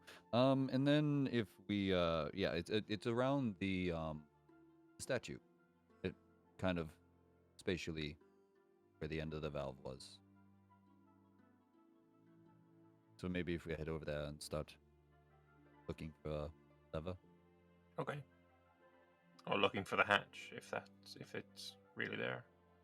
I'll head over there and start having a look. Sure. You run around the building. Are you trying to look at the statue from this floor, or are you going down the bottom? I want to look at like the roof above the statue. So whatever would give me the better like vantage point of that. To get to the roof above the statue, it would be the main roof of this temple. Oh, I thought that hatch was above the statue. Oh, okay. I didn't describe where it is. I said this was the perspective of it looks about where the statue is. Okay, I guess around the base then. Okay. Would be where I'd look. Well, the base is where you came in. Like there's so it's like a colossus of roads, and you came in through the legs. Like you went in through the legs of the sitting version downstairs. You came in this way, but it's just a blank wall in front of you. Give me perception or investigation, whichever you'd prefer. Yeah, I'm specifically looking for like hatches, basically. Yeah. I'll describe you the statue as well. So it's Colossus of Rhodes, a large shield, holding an orb up in one hand, and then from where you come in, there's steps down into like a area, and then there's the rest of the temple. How thick are the arms? Like, if this is Colossus of Rhodes, we're coming through that. Like, how high does my head reach up his leg? You reach ankle. Can I Misty Step up to his arm, or is that too far away? You can do it with a jump. Like, as in Misty Step and jump. You can probably just give me acrobatics. I would like to get onto his shoulder. Sure. Acrobatics or athletics as you climb the statue. You said he's holding a gem? An orb. A circular orb. I'm using a point of luck. Can I look above the orb? Can I look towards above the orb and see if it looks like there's a spout of some sort? Yes, you got high perception. Possibly. 15. Yeah. You kind of slide a little bit, but you get on there. Yeah. Now that I'm up this closer, sounds hollow. It sounds 18. hollow. When you hit it. Can I look around the orb as well, looking for hatch? Cool, sure. Gourd, you see what you're shouting and guiding Valymr, I say at this point.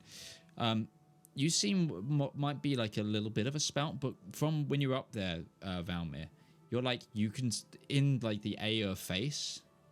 Like, you can see that this is, like, a giant tub. Like, it's Statue of Liberty kind of hollow. And you now also get the impression that where the position of the orb and stuff is, if there is a spout from the orb, it would then fall from this statue into that, like, divot below in front of it that you stepped down into where Thingy was sleeping. Galmentium was sleeping, where he'd set up his little sleeping area, which would then be in line with the giant glass. Okay. So how am I seeing that this is hollow? Am I looking through like its mouth, or you smacked into it and felt it was hollow, and then you like went to its like head and there's like air holes. Okay. Like it's like in the design that's like where you can just like clearly that there needed to be some sort of what's it called airflow in it. Is it a cast? I feel like it's a giant are you standing container. on a cast? Like a die? Yeah, I think so. It's a big hollow giant container. And I guess, yeah, if it's going to get filled up with anything, the air needs to be able to escape. Can I look through one of these holes? Yeah. What do I see inside? Are we Well, going to the make a thing is giant as well, statue? you have blind sight. So you Sure. also felt that it was hollow from touch.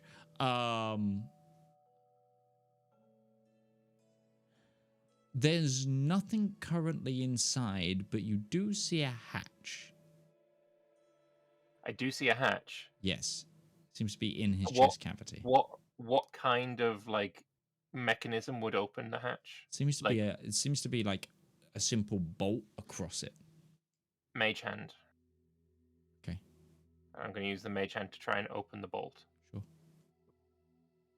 I think What's I the strength think of I've a got mage it. hand? Like 5 pounds. yeah, pretty low. I'm gonna need that mage hand to roll a strength check. It can't. It's It literally can't. 5 pounds, period. Yeah. And is that 5 pounds worth of force that it needs to apply? That's maximum it can do, is 5 pounds Yeah. worth of force. Yeah, would a 5-pound weight be able to pull that open if it was hanging from it? Yeah. How heavy is 5 pounds in kilos? Oh yeah, that's right. Like 2.3.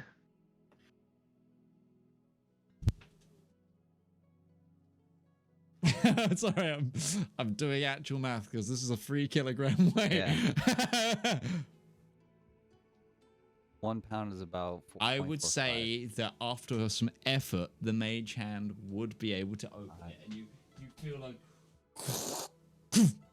and you see the mage hand just kind of turn and thumbs you up. And, well, while they're all doing that, can Ruby go back up to the orchard? Back down to the orchard, yeah, sure. How many peaches are about? Fair number. It's a small orchard. Like there's good 20 trees. Cool. You had to harvest a lot, but there's probably some. As many as she can cram into her bag of colding. Okay. I'd say you could get 6 or 7 7 more big peaches. that either weren't used or haven't been eaten by a lizard. Very well. Because you get the impression that the magical properties kind of only go on like first consumption.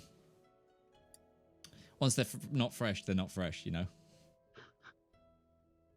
That's fine. I don't need them to be fresh. I need them to be juiced later.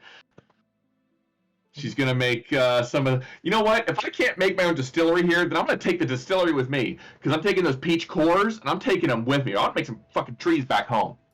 Okay. Peach With trees, that- baby. With that same logic, Breton is gonna try and just take off like a splinter of a branch Okay. and try and find room for the bag of colding as well to see if Just 'cause- fucking making saplings, like fucking get in. yeah, like we'll take a sapling and see if we can't just literally grow this somewhere else. Sure. Because if the peach cores don't work, because I mean he cracked that open and it was basically charcoal on the inside. But I mean if we can get it to grow from a branch, that will work just as well. Mm-hmm. Theoretically. Theoretically. That might come from the Underdark. He doesn't know shit about grafting trees or growing trees. The trees there are very much not of the kind that are kind. Not a myconids where you're from. Cool. Mm. Yeah, They know shit about the trees and the flora. So the latch is now open. The latch is open. Can I see now that the latch is open? Can I open the hatch as well? Is there? It seems like the weight of the whatever would be behind it would open the hatch at this point. Okay. I can see inside. Can I recast Mage Hand so it appears inside? Inside what? The hatch? Is the hatch not on the? Can I see? Is that on the outside and the No, inside? it's inside it. Oh, it's inside. Okay. So you saw the hatch from looking inside the thing. So Right. it's like on the temple wall, Right. and it's like through Okay. temple wall into the inside of this Right. Okay. Now I understand. Is it like a worker's like route out? Like one of the builders, that's their kind of route out to keep everything hidden and It's more like rudimentary aqueducting, pipe working before pipes, without pipes. Valymr, it sounds like you're explaining it that it fills up from the bottom. Yeah, I think so. And then it'll. You said come out of the. There is. Did I see a spout on the orb? Hopefully, it doesn't fill it that much. Well, then look, it'll magically multiply while going down the spout. I don't think we wanted spilling out. I think then we're it would- trying it to would- cast a mold of a statue. Well, I think right. If it does spill out through this, it was described that there's this divot in the ground as well that would also like be a channel for the glowing liquid to go to the I starting didn't point do with that. where the light needs to go, right? Yeah. I think we Oh, just so- start crushing up some peaches and putting it down the spout and see if that works. So you think we're supposed to fill the pool so that it reflects off the mirror? Yes. I'm with you. Then we do want it spilling out. Let's go. Peach smashing. time. I'll stay here so I can see if it's coming Sure. out. Okay. So Gourd, you're gonna go back and turn the valve to send the bathtub level through the hatch. Mm, Okay. Also, do I haven't so. figured out how I'm going to get down yet. Fall. Very carefully. Unceremoniously. Like, It's either that or my potion of featherfall. yeah, it's not. I mean, it's a 40-foot statue. It will hurt, but it's not going to kill you. You'd be surprised what you can live through. just superhero landing it. You'll be fine. I want to Easily. thrive, not just live through it. Like, yes. I could come back and get you in a minute. You do notice, Valymr, as you're looking around, and as the light then comes through, and not that it matters for your blind sight, but you have the impression that there is another area that connects in this, and you see this liquid pool, but there's not enough liquid, and it feels like that you've got the main mix, and it's glowing and it's bright. And those of you who see the statue now, you can see like where the lights are in this statue of yeah, there's like, you actually see that like through the holes there's like glistening of light now, and but it doesn't cover enough area right now. So you get some other kind of liquid in here. I mean, the only thing that I can think that would be voluminous enough would be literal seawater. Like, are we going to be able to find a spout somewhere that would bring seawater in here? Is there any other hatches in this thing that I can see? There might be, from what you can tell from the statue, there's definitely other entrances. Do any of them have the ability to like be mage-handed open as well? These seem to or- be like already like open. Okay. Gourd, I think maybe there's another. There's more openings, more, I guess, yeah, places that this attaches to. 'Cause it seems to be, what now you see it, it's like almost a pipe work coming from like one of the arms, so it's at a higher height that would Okay. then waterfall in. The arm with the shield or the arm with the orb? Shield.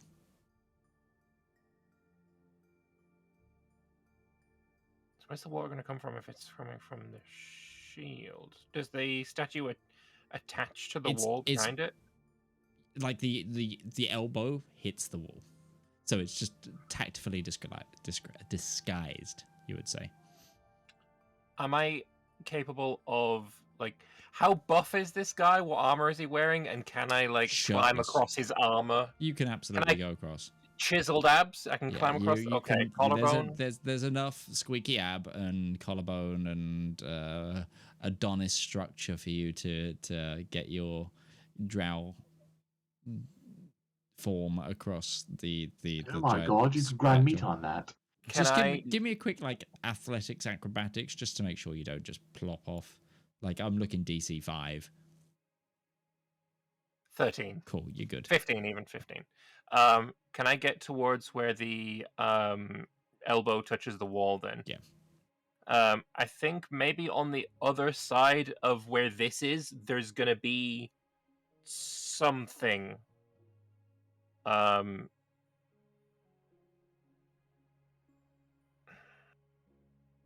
If I'm thinking of the entire structure that we're in, obviously outside we know there's a there's the orchard. Is that like east, west, south, north of the temple? Be north side.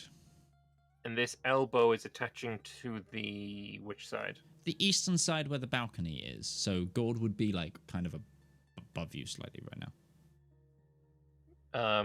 I'd say then go to the balcony and Brewery see would be on the south. The stairway down is southeast. Like it's like a wing off of the side of this main thing. It's like on the west side is this like next wing, which has, you know, some other rooms, like this big staircase down, the staircase up, the mural. That's all like in the structure thing. Yeah, I'd say go and have a look at that balcony, because it seems to be roughly where that connects to.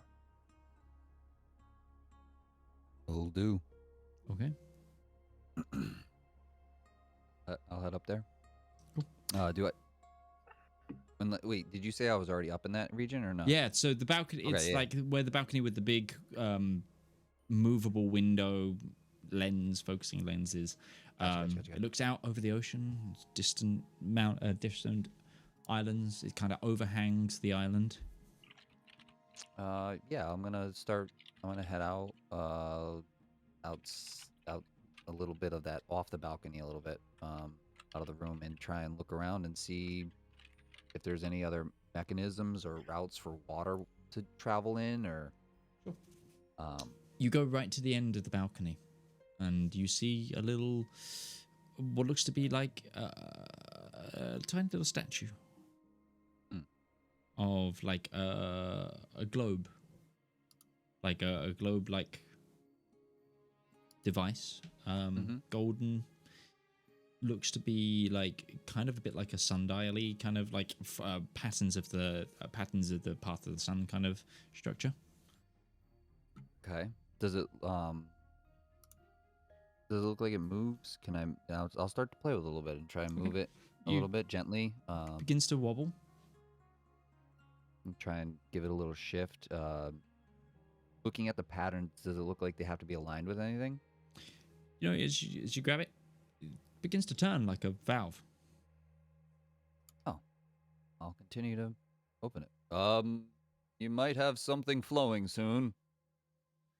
You need me to stop? Just say so. As you turn it, you see in the water in front of you, like it goes from like stationary sort of level ocean. You just see that water starts rushing, like white horses form, and the water starts going underground. I don't know if I actually can. So let's hope this is right.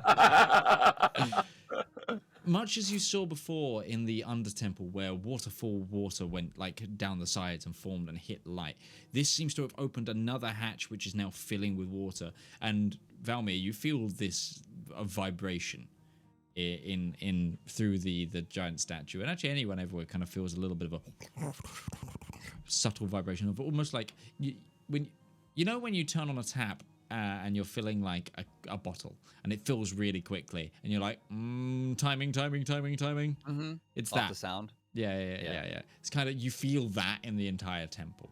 And then eventually, Valymr, you see from the arm just floods of water mixing in with this amber liquid, and then when the salt water hits the amber liquid, it burns a bright gold. You have to, like, even though you're like you've got the blind sight on, because it hits your 10-foot vision really quickly, that it's like you've been flashbanged, and everyone can see the statue is just radiating light out of like the eyes out of the thing, and then at the top of the orb you just see water begin to fountain out, as with a little bit of steam on the top as well. You then see the water like sort of like overflow the orb, run down the arm, and just begin to fill the pool below. Ruby, run! It's not quite that much, because it does eventually, once the first initial reaction hits and the concoction you made in the brewery is distilled enough, it just settles in a pool at the feet, glowing. Yeah, I'm gonna keep shouting for him. I think that worked. Nice job. Looking through like the gaps, like how is the water now like it filled the entire statue? It has ish like up to like the mouth, Okay. because it's got to go out the arm kind of thing. It's kind of, but it stays there. And like, yeah, there's this pool of like glowing light in the center now.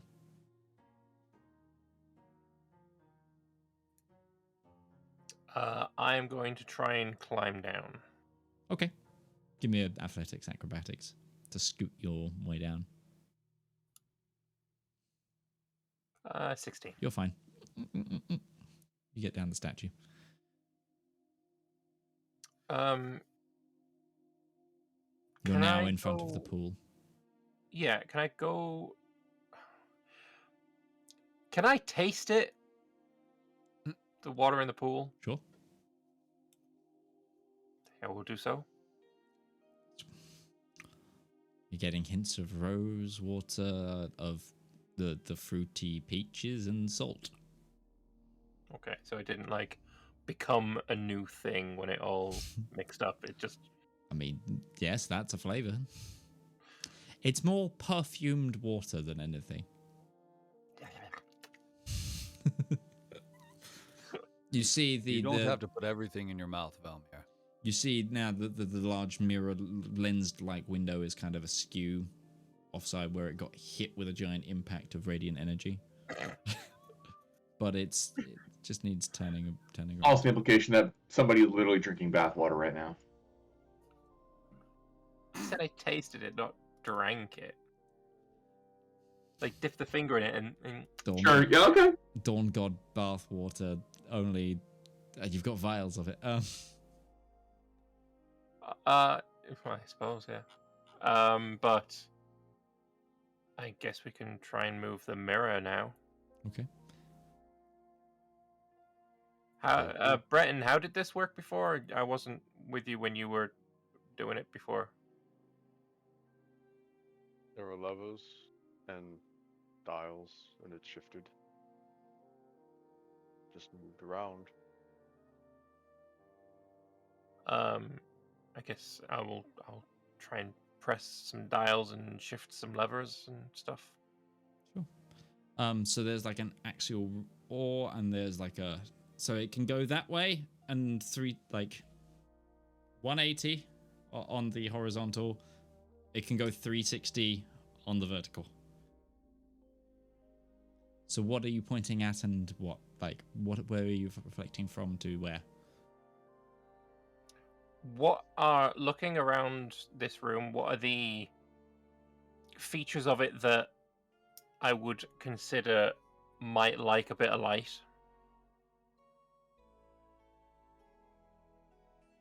Nothing that's not already being hit by the pool.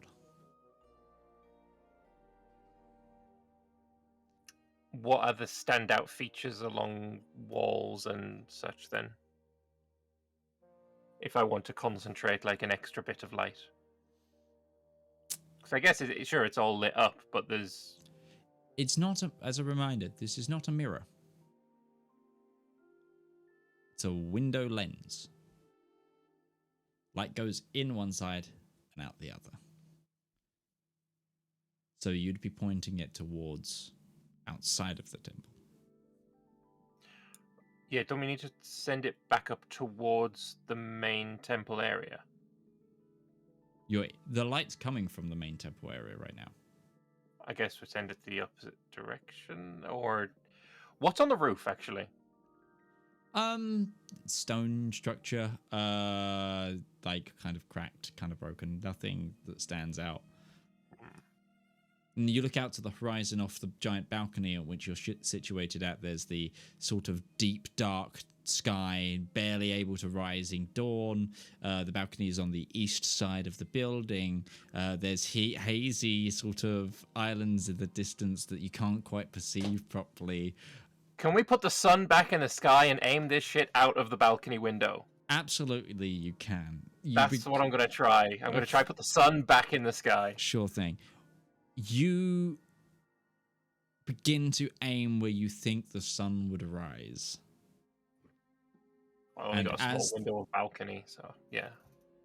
Oh no, this window's huge. Oh, okay. Well, okay, that way then. So, like, as the cranks are like this, and you're turning a big kind of gyroscopic lens.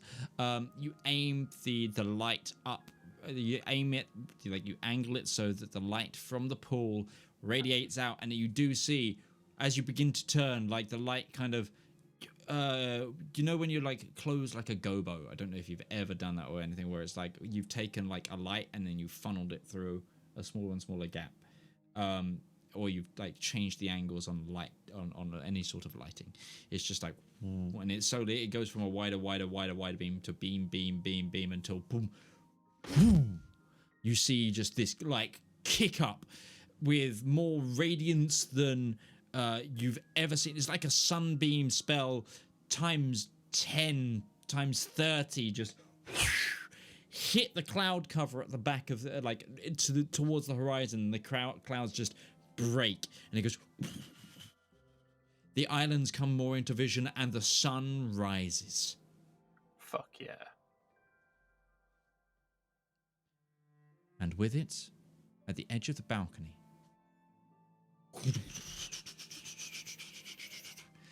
4 doorways open.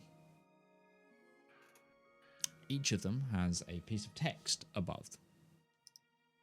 Can I get within 10 feet and read the text? Yeah. It's words that you don't know the translations of, but you can read out the lettering. Wait, I don't know the translations of it? No. Even with the ability to read everything?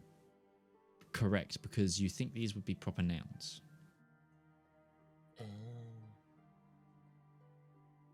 Okay, I will read out the letters then. You see the words Calcreth. Yep. Oxencreth. Yep. Scythreth. Yep. And Summertass.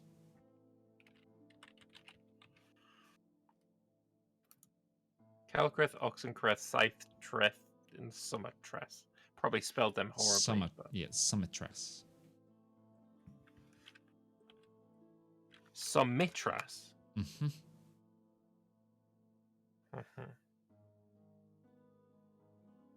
And they're like they're similar archways to what you've seen in the like the parks, the rest areas that you've come across in the before. And these, they have the text kind of glimmers in light, and you feel like that you could turn the great window to point at them. Each different one. Like shoot the light beam at them? Yeah, because the light beam, now that the sun's up, is kind of dissipated. It's not as powerful. Right. It's now like a hum of light. But whilst this happens, we're going to go take our break. because I am over time on our midpoint here, so we need to take our midpoint break. So use this time, grab yourselves a drink, and we'll be back for more of the broadcast in a bit. Hey, come here a minute.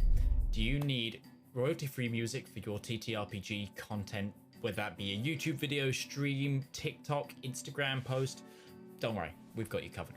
My name's Alex, I've been a content creator for almost a decade now, and I've teamed up with my good friend Harry to produce 10 royalty-free songs for you to use in your content completely for free. We've tried to make a whole range of motifs with this album, covering happy music to sad music, to mystery music to combat music. And if this takes off, you know what? We might even make some more. So give the Elendor Chronicles soundtrack Volume 1 a shot. It's free to stream everywhere, and if you want the high quality downloads, you can come over to our Patreon and download them, or you can contact me directly at tabletop@themidgemansworld.co.uk as a creator, and I'll just give it to you for free. That's it, there's no catch, and just to prove it, we've also given you guys a user license agreement to prove that you have the complete perpetual rights to use this content. So enjoy, and good luck on your next adventure.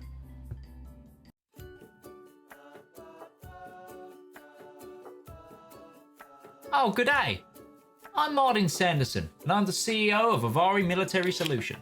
We here at Avari know that it doesn't take much to cause problems out on the frontier, whether that be from local pirate raids, neighboring interstellar powers, or even just an unhappy populace with unreasonable demands. Just what is a small to mid-sized regional power to do when faced with these problems?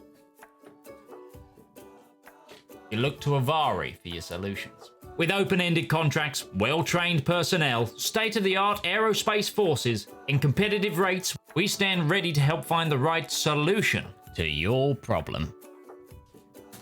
So if you have a problem, why not call Avari for your solution? Our operators are waiting to take your call, and consultations are free of charge. Avari Military Solutions, a solution for your problem. Avari Military Solutions is not licensed to operate within the Kark and Grey Baronies, the Andes Corps, or any Class A combat zones.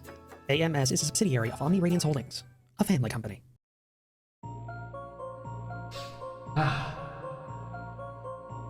When is a story more than a story? When a tale is more than words on paper?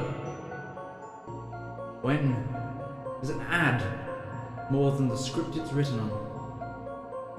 In the darkest and deepest annals of our own history, worlds of wonder and splendor burst through like a blister made of hope. From the brain that's rattled and riddled with madness, a radiant pustule. Writing, art, that's storytelling. That is the true lust of life.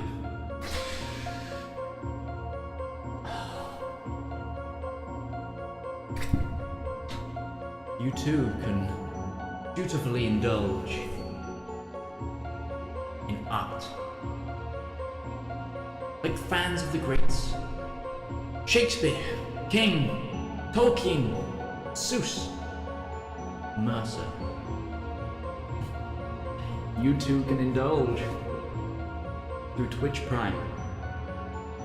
Get an extended access to a wealth of knowledge with a simple click, an emotion so small that it could endlessly amount possibilities. Embrace those feelings. Support art. Support the component cast.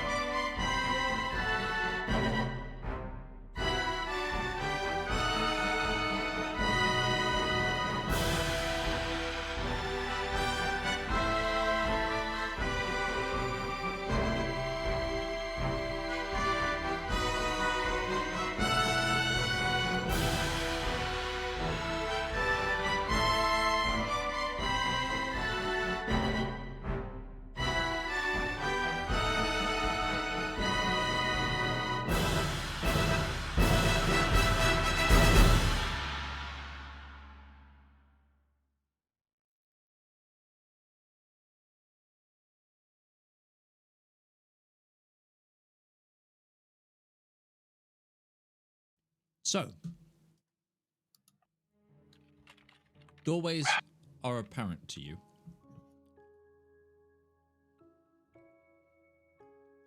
The party reconvenes. Which of these doors do we want to aim the light at first? Do we know which one the king that never was battle took place at? These words are completely new to me. What are the names of the cities that are around here? The one that is standing out to me, though, is Summitas. Could be the summit. Like the place, that's a place of meeting, and maybe that is where someone got real pissed off and shot an arrow. Your guess is as good as mine at this point. We're looking back 2,000 years worth of history. Sorry, Southern came out. Goddamn right. That's as good as mine. Aim the light at Summitas. Okay. Do that. Unless you have other ideas, Breton, Gourd. I was going to speculate that each of the islands we visited in the most recent circulation have all been associated with one deity or another, with some of the settlements also seeming to be tended towards one deity or another. So there might be some credit to considering, do we want to put stock or trying to find any connections just from the names themselves to what deities they may be associated with? Because we know what direction we need to be going. We need to be going towards the one.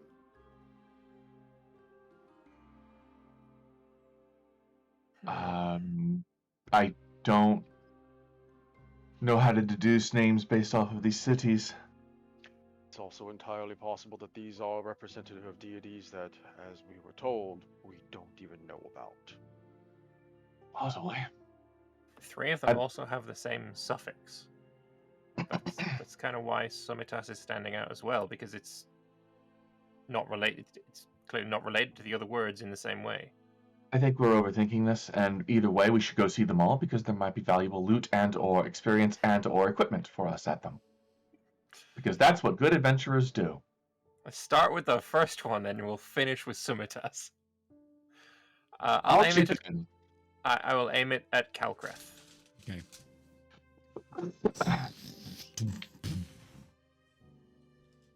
The doorway fills with just a void-like blackness with like a silver light around the edge.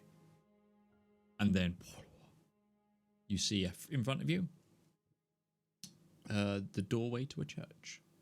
Like, I think like Norman-style church. And this is surrounded by trees. Like, this looks to be like deep, dark forest. There's not much light coming from it. You see what looks to be gravestones as well around. This is clearly a religious site. Through that doorway, that's that's what you can see from this perspective. Breton, make a religion check. Okay. So I think you're the only one that would possibly, not the only one, but you're the only one religiously trained enough to know some of the iconography here. Dirty 20. 30-20. You're seeing iconography and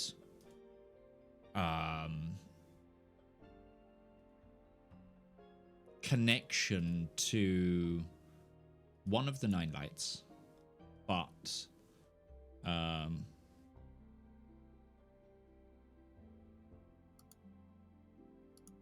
not the lead deity. Still one of the primary deities, but not the main one. It's the what's it called? The keeper of the. Sorry, I'm trying to get the name up. I'm padding.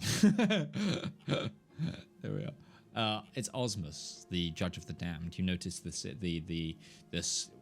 on some of the graves. You see like the gripped scale. It was the original judge of the dead who now shares that role with the hero and Caphriel. Yes is right. Still connected towards other temples, other deities. This is Osmus. Not the one we need. Well, actually, we don't know that, so...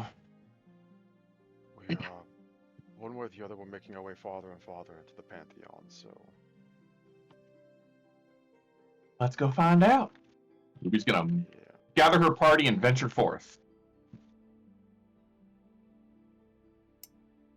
I'm going to strike the earth. You all proceed through the temple. It's weird. The temperature shifts is heavy here, like wildly so. As you step through, and you're in like temperate forest. Everything's been jungle before. This is more northern. It's kind of similar to like. I'm back at Red Berry. But climate-wise, no. You're probably more like in Seat, like. Oh. So it's like, oh, okay. But you look around, and then it's like the vision, like you're in a forest, but you look behind you, like sort of where you look, go around where the archway door that you came through was. You can still see the gilded temple, like where you just came from, where the with the balcony. You still see that through the doorway. But if you look round the doorway, you then see like very, very, very in the distance, this Gourd that picks this up. You see just like a beam of light shooting to the sky. In an island and a structure that kind of looks like where you just came from.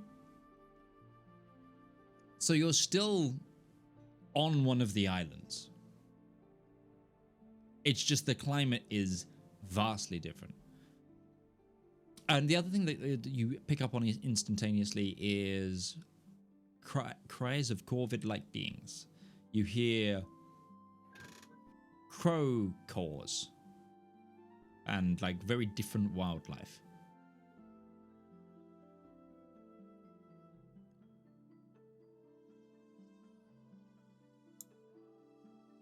Also, I quoted the wrong holy symbol, by the way. I quoted Kelemvor's holy symbol. I've been playing too much Baldur's Gate. Is the problem there. No, so this is a pair of skeletal hands holding a moon. And you also see these like little lanterns with like little like moonlight lights in them. Because it is quite dark around the forest. Like the forest region because of the tree cover and everything. But there's like little spectacled lights.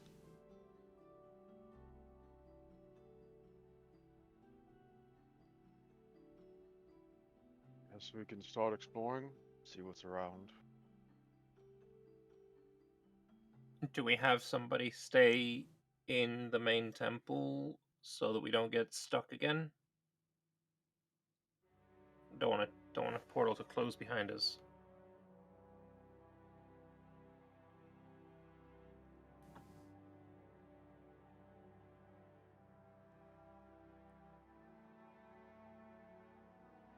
Suppose Sure. that is a precaution that we should take. Yes.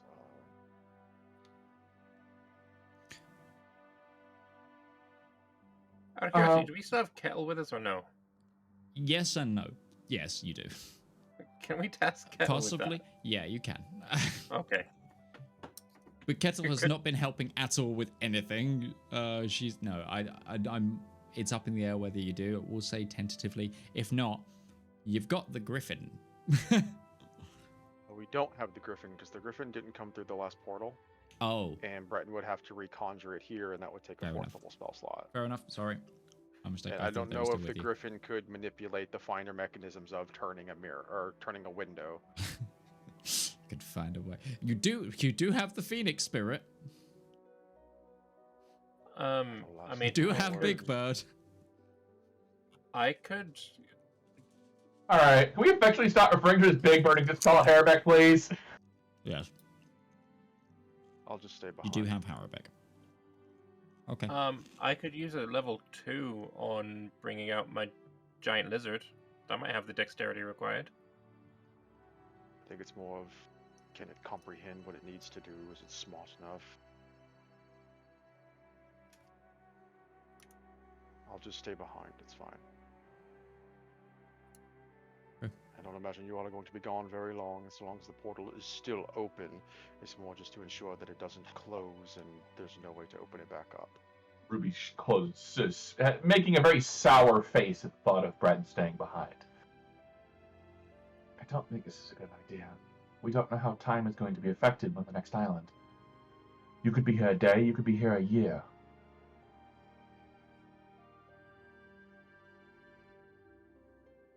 Every temple we've gone to has had the means to travel to another. We should rely on that fact. Well, then we're not going to be able to get to all these.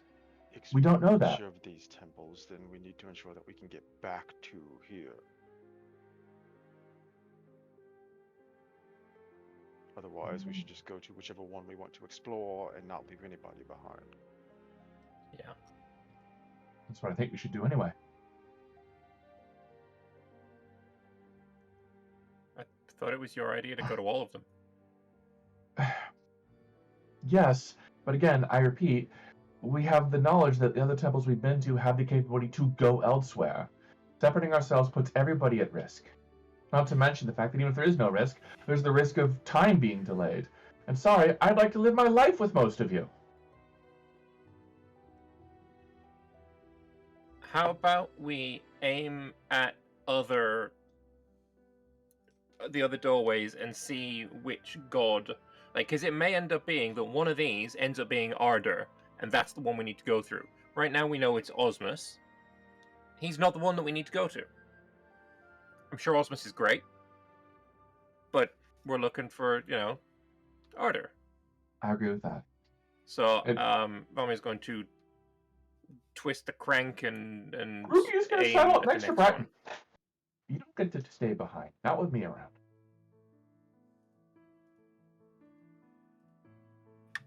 A knight's position is by his lady. I really don't see any reason to leave anybody behind either. If it closes, it closes. We'll find our way back. To Oxencrest, then. Okay, so you're gonna come back through the little. You only got through the precipice, and you've gone back through. So you want to aim and see what they all go to. Okay, Oxencrest opens up into. You see in front of you. This one opens into a sort of brown light rather than a black light, and then fades into existence. You see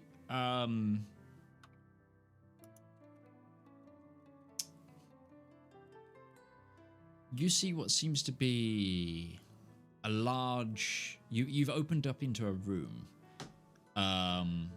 Doesn't look to be a temple because it seems to be some sort of stabling of some sort, because you see it opens up, there's a large wide gangway straight down the middle, but each side has alcoves with gates across, just dum, dum, dum, dum, dum, dum, dum, dum, dum, for half a mile.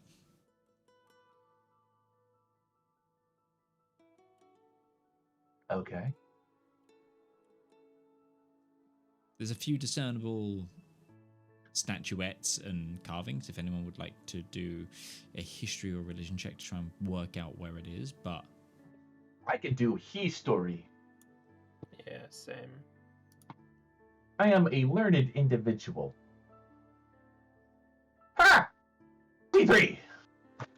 22 from Breton. Yeah. It landed on a 6, so it'll be 11. But it's up against the thing. it will go in. There it is. Those of you with 20 or higher, no one got over a 25, did they? No. So there's a lot of genius. No? There's a lot of, say, animalistic attributes to the carvings. There's wolf, there's a level of lycanthropy to a lot of the statues. It will be man with head of bear, man with head of wolf, man with head of stag, and but there's also a lot of tribalistic design to it. And you see a repeating symbol but you don't quite know where it would be.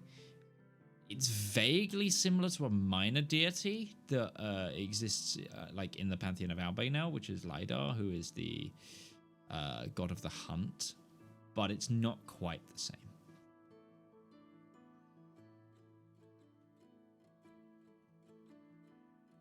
Seems like enough evidence that this is not what we're looking for.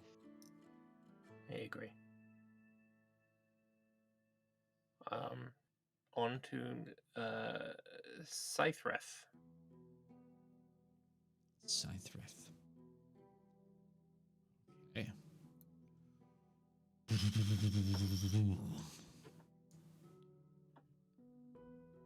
Okay. As this one opens, you see a hollow in the trees with a gaunt figure standing in the center of it, looking away from you, draped in an all-black cloak, surrounded by trees. It begins to turn to look at the doorway that's just opened. What are the vibes coming off this figure? Yeah. It's 9 foot tall, gangly, very long, claw-like hand appendages bursting out from underneath the cloak.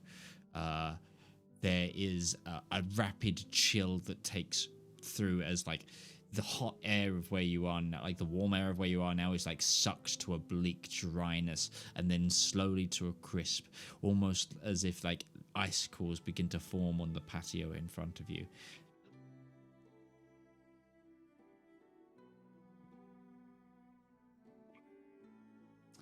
That looks friendly.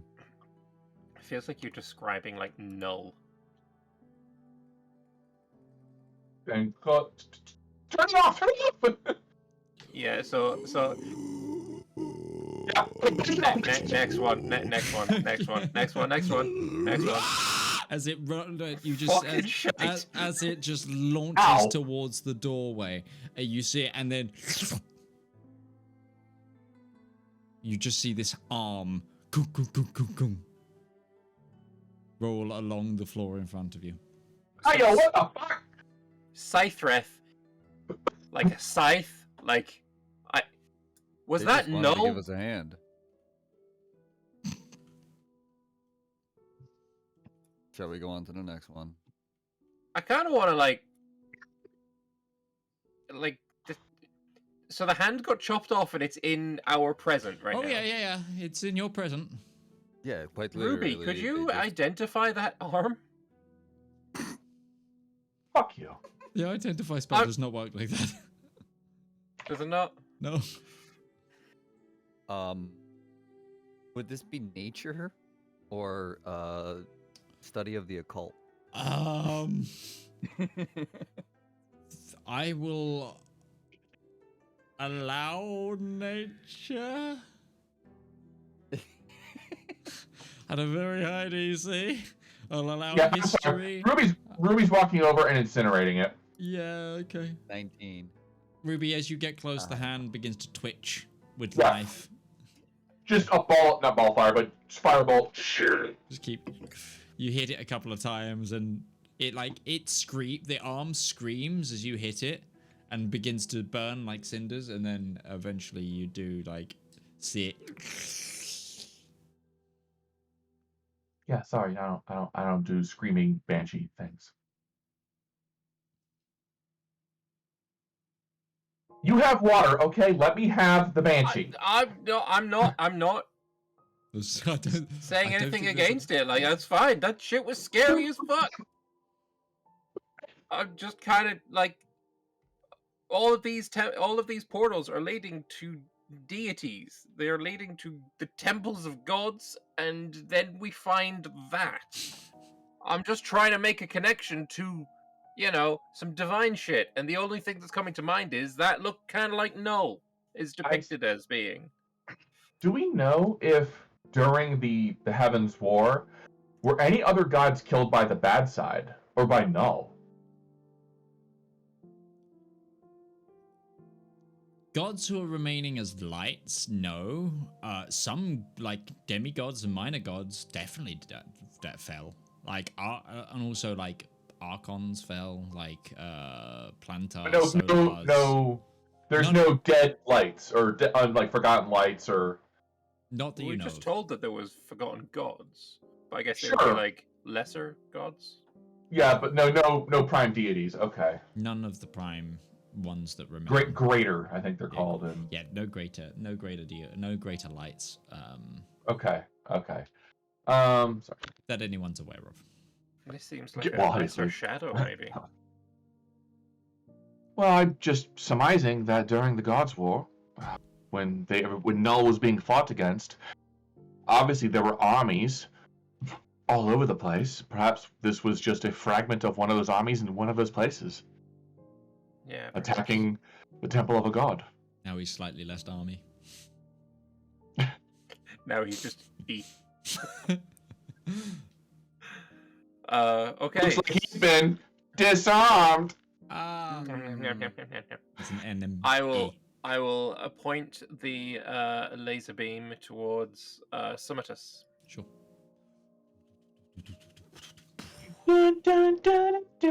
Ankles. And after a shimmer of gold, you see the steps. Just steps that go up for miles. I think this is it. Summit. Any like things on the side of the steps, or is it just? Oh yeah, there's Steps. building, it seems like, and stuff, but it's just like the view you've got is there are steps in front of you. And I that's feel like this is the last stop, or next stop. Well, they always said that the entrance to his domain was done through a special door. We've been through several. She's walking through. I'm just done with this shit. okay. What? And if I have a rotten tomato, it's getting tossed at Valymr. Okay. Ruby If you goes say so. through. I take it all of you go through? Yes, I'll go through the special door. Sure.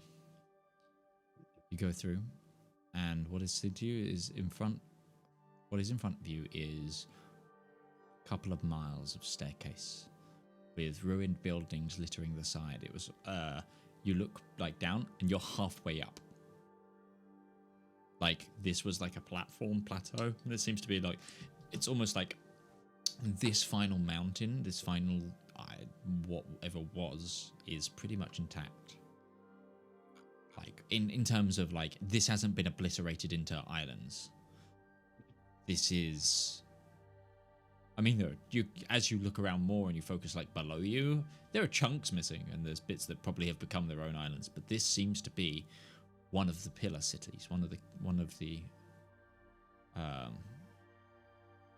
It is, and you look out as well from this height. You have a clear vision of so many of the islands as well. You look out and it's like you see the mountains in the distance of the initial island that rings around. You can probably even picture the ships coming to shore towards the island that you entered in. Everything's clearer from here. I can't see shit. Yes, you You're can. far away No, from me. he can't actually because of blind sight. Oh. Just take the Pretty blind. yeah, but After 100 But he feet, can I am feel- he can legitimately feel blind. An aura Yeah. of 100 feet of the area. Yeah. yeah, Valymr, you crazy. feel this like this vastness in front of you. If you look at it's always, you know, when you stand on the precipice of an edge, you feel that in front of you as well. Like you're like, oh, we're high up. Shall we ascend? You also, some of you see, floating islands, floating buildings, circulating this. And as your like vision clear, as like you get used to the light, get used to the existence where you are, you actually see physical magic in the air. There are wisps and dust on the wind that just glistens, and you see like there's like a line of dust that you follow with your eye line. It goes by, it's like a glistening purple, and then it goes to blue, and then it goes to a red, and then it like whips up, gets faster and tightens, and then turns into a fireball, and then just dissipates into the air, and then leaps back, and it turns into a curl of wind. You see, like I said, more floating islands. You see statues, and then you see them. You see them standing, guarding, walking, maneuvering, floating slowly. Their astral cloaks, a familiar sight to some. The guardians that once intruded on a meeting on a floating island. Oh, these fucks. They make you go blind. They're not But like hostile to you right now, but you notice them around. Those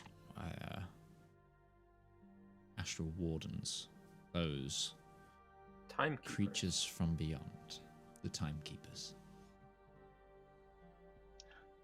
I think we're on the right place. This is His guardians. Ardor's timekeepers. He is the god of time.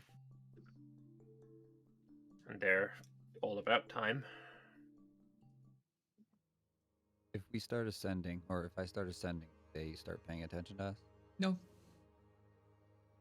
I'll keep not on. right now. I'll keep on slowly going up the stairs then. As you look up, Same. you see ahead of you, mostly intact, a great Parthenon. Pillars and like an arched roof. This place is miles long, and it looked like even from here, even like half a mile down, you can see that the doorways are big enough for giants or creatures of great size to walk through. Is this how they knew we were on the island when Zedaar did commune because gods talk to each other?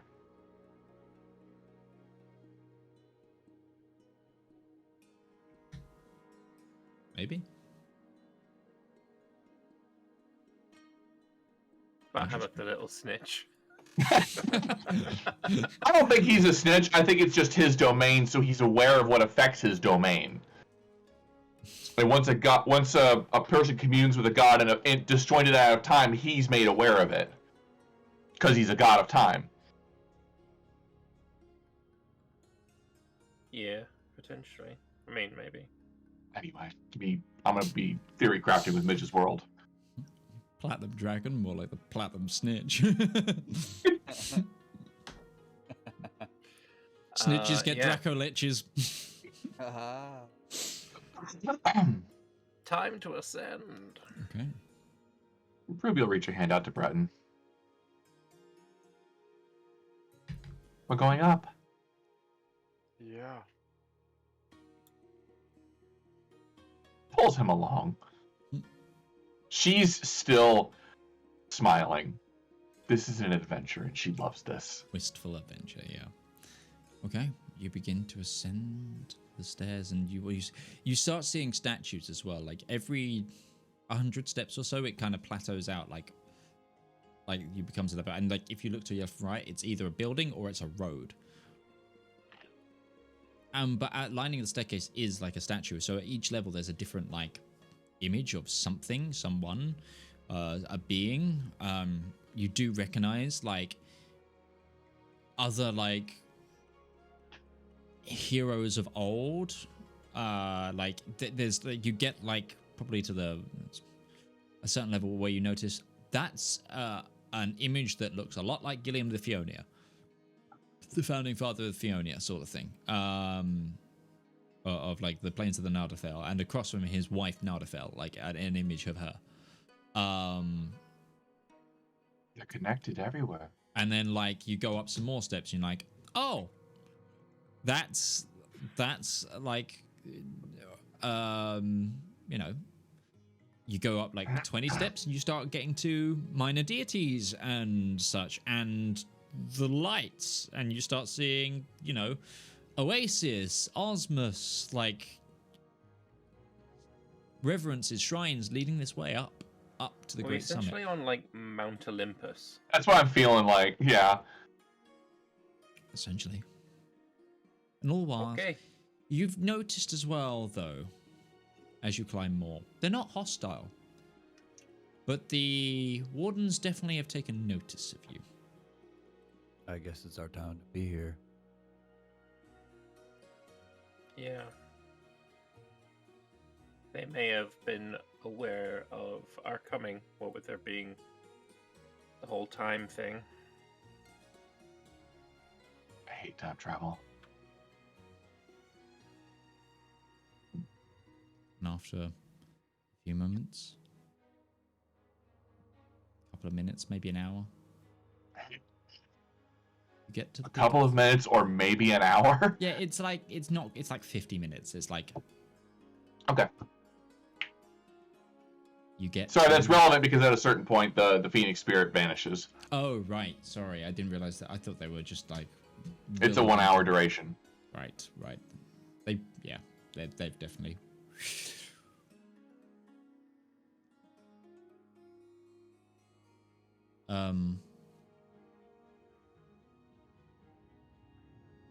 Does anybody know the you name and- of the mountain that we're climbing? I'm gonna go with Summitas. That'd be a good guess. Yeah, and eventually, when you reach the summit,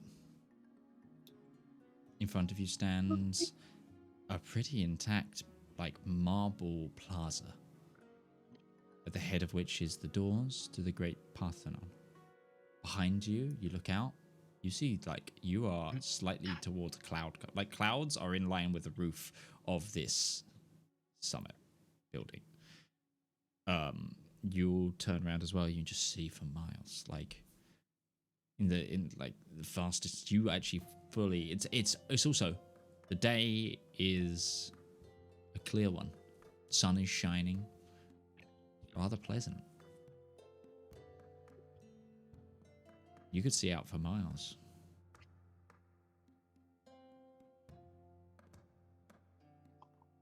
Is it still ocean or is it clouds? No, you see the ocean stuff. The clouds are above you. Like, the clouds like meet the roof of this building. And this Are there building's other tall islands? behind you, but it's like, yeah, you see lots of other islands, and like I said, you could see the all the way over to the islands, like the mountainous ones that were near where you came in. You could probably pick out the island that you came in on. Like, this is, and the islands below don't seem to be moving anymore here. The islands that are floating do. Does the mountain continue going up after Yep. the Parthenon, or are we literally at Yep. the peak? You're at the peak. The Parthenon is the peak. Okay. And it's not a mountain, it's a city. It's a towered city, essentially. Or the I ruins feel like of- at a certain point, it can probably be, it's mountainous. Yeah, fair. A mountain of a city would be the way to describe it. Maybe a lighthouse. Minas Tirith, or Yeah, Minas Tirith. 40k hive city. Honestly, imagine a Greco-Roman hive city.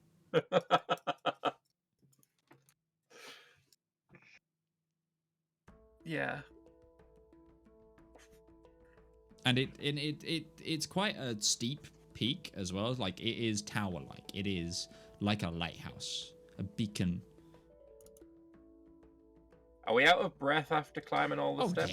yeah. That's not. You've definitely burnt some energy today. Like, that's so weeks worth of cardio.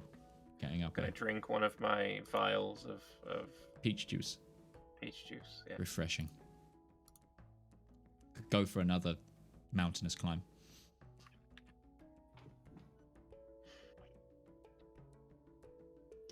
Okay. Do we want to go into the temple? Yeah, we're here for a reason. All right, through the doors then. Okay. You go up to the golden doors. Push them open. And you enter. In front of you, a vast, vast chamber. Surrounding seats in an amphitheater-like space.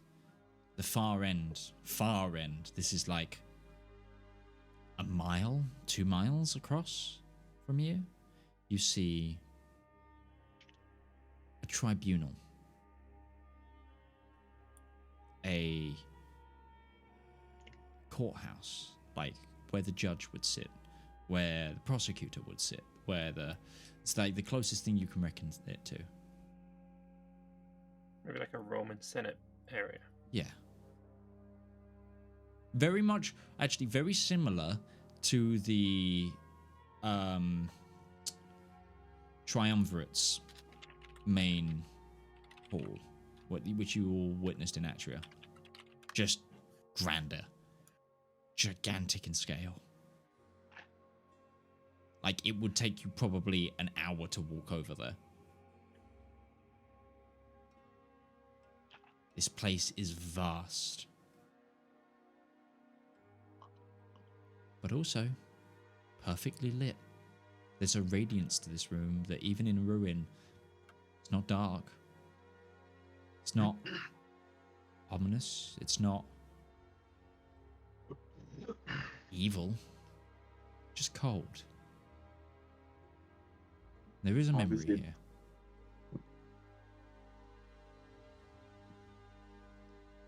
You were saying? Nothing. Just Ruby's thinking that obviously everybody here eats their vegetables.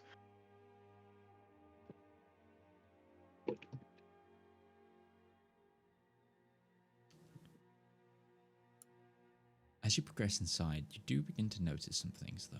Curious. Gourd, you definitely pick up on this with your impossible perception. Items, weapons, shields, objects of value, of worth, of personal effects, just scattered around the seating like they've just been left behind instantaneously. Are these objects massive as well? No. Human size. But it's like whoever had them went. Disappeared. Seems Ratchet. like everybody's disappeared. Right where they were sitting. What kind of items are we talking again? Swords, shields, coin purses. You see like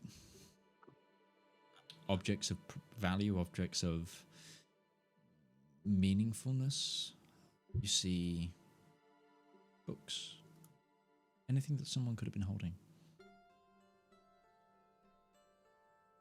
They just didn't go with them wherever they went.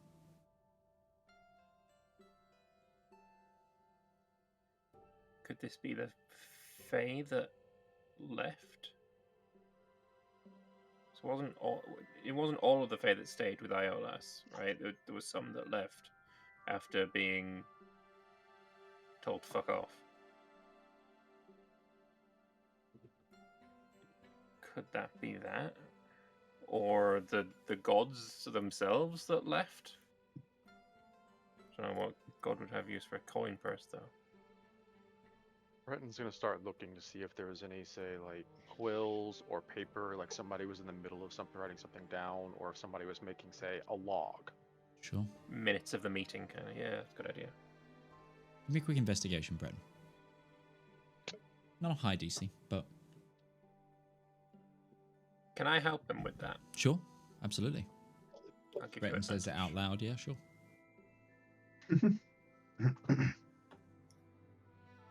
18.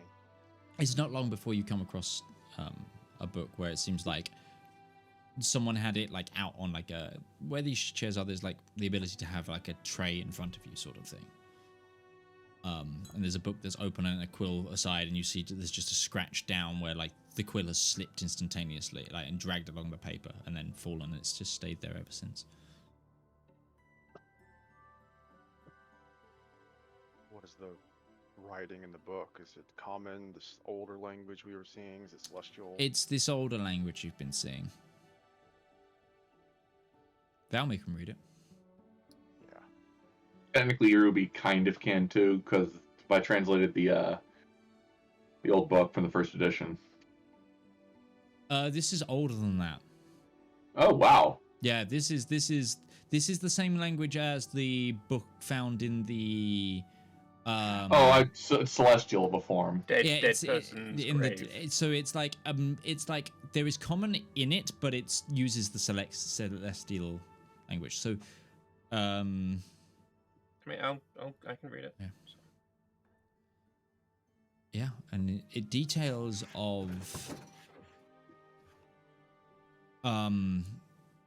heated debate and of the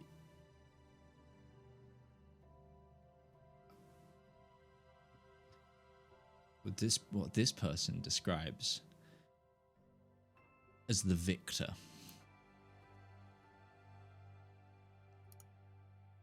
Giving a speech. And then the speech was turned from being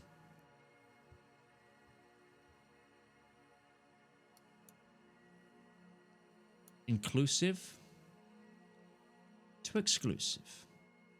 Dictation of terms. Final terms. And then the words begin to fail as they get scratched out. Not scratched out, but it's like where it's like halfway through typing as something clearly happens. What are the terms like that are being discussed? It's terms you all know well. That gods must leave.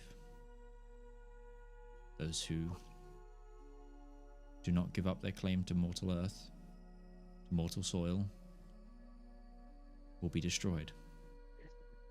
Those who go willingly may, and may keep their followers. Looks like a lot chose to stay. This is where that happened. The Yep. very place. Yep. If anyone's going to get annoyed at the man making these claims, these dictations, this would be when and where it happened.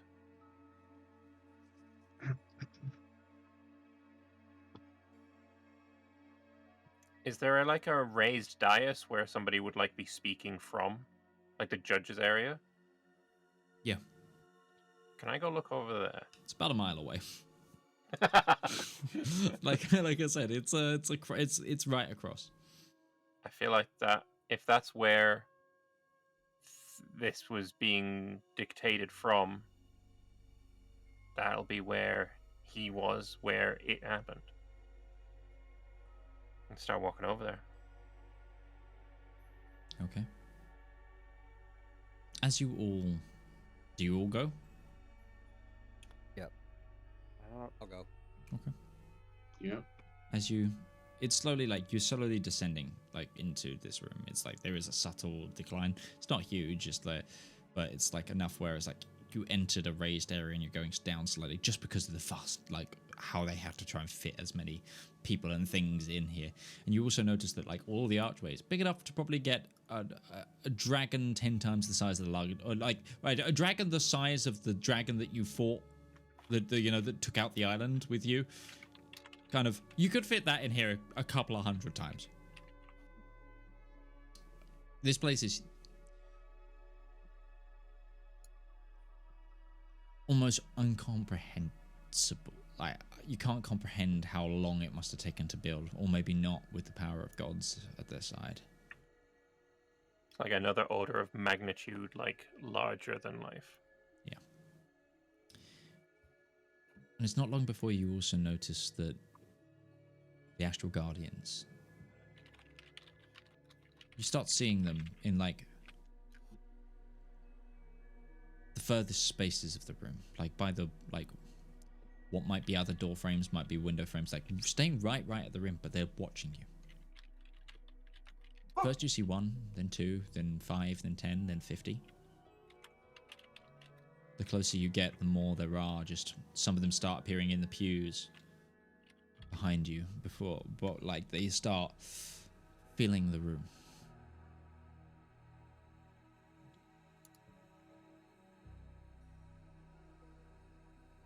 but not being hostile. Nope, just watching. Watching you descend to where it all began.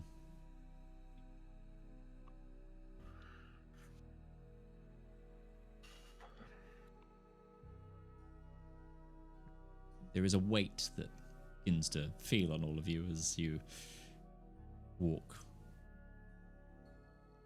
But it's not the air, because it's thin up here. It's like one of those things that, like, the hair on the back of your neck is standing up as you notice that, yeah, there are things watching me. But you eventually get there. You're not hindered, you're not stopped. You stand in probably like an small open area in front of like the dais, like where the main speakers would be. There's steps up either side of a large gateway that is, so like there is a main, you know, like Colosseum where an emperor would sit. There's like, they'd sometimes be above like one of the many archways in. It's kind of that. And there's definitely a doorway in front of you, and you're in this pulpit where conversation and story would happen.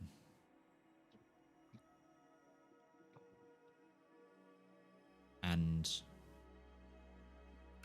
there, on the ground, you see an arrow.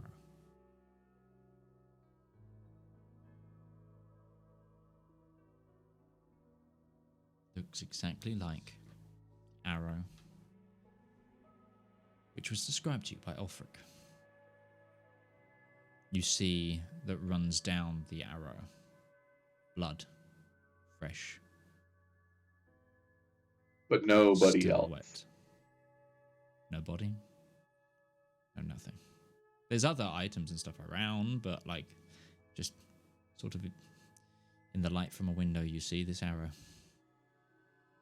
on the floor. Untouched for probably thousands of years. Blood still wet. He wasn't struck during combat. He was struck as a final act of revenge. Somebody did not like the decisions being made. Aeolus. Does it look like any of the arrows that he was using at the manor? No.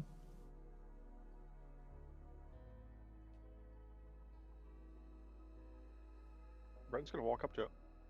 Okay.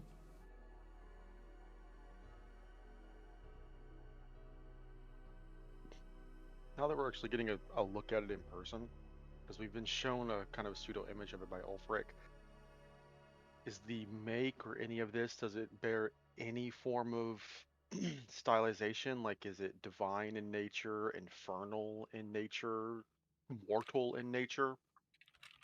It doesn't look mortal made. As to where it's from, you're not sure. Do you pick it up, or are you still looking at it while it's on the ground? He would examine it first, but once he's done examining it, I mean, we got to take it with us, so. There's elements of it that could be infernal, could be... it could even be celestial. Like, it is... The flight, like I described when it was given to you in the imagery, it's... The flight is from... Like, the feathers are from a bird unknown. It's a bright, virulent blue. And then that is like, those feathers for the flight are like grasped in a carved bone that makes the shaft. And then the arrow is a curling spiral, almost like a sea snail shell. Like That corkscrew. Yeah, like a corkscrew shape into a really, really fine point that then like wedges into a cross. Would leave a gnarly wound. But this is like nothing you've ever seen. A lot of effort for a single arrow. It was the message it was meant to send, I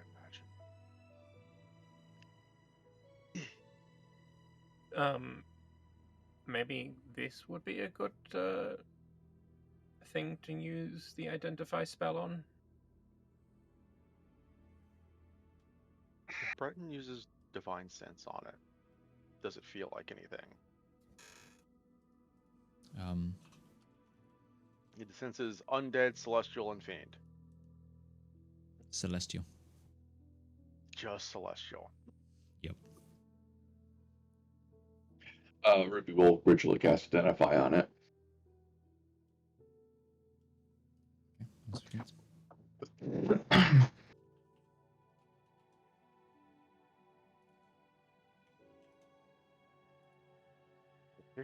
Okay. Ruby. As you touch the arrow to cast Identify,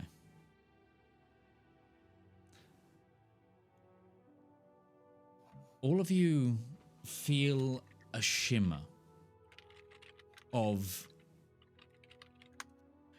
the world around you changing.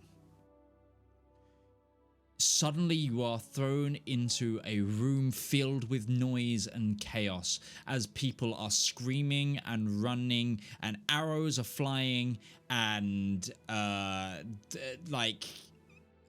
explosions and magic being thrown.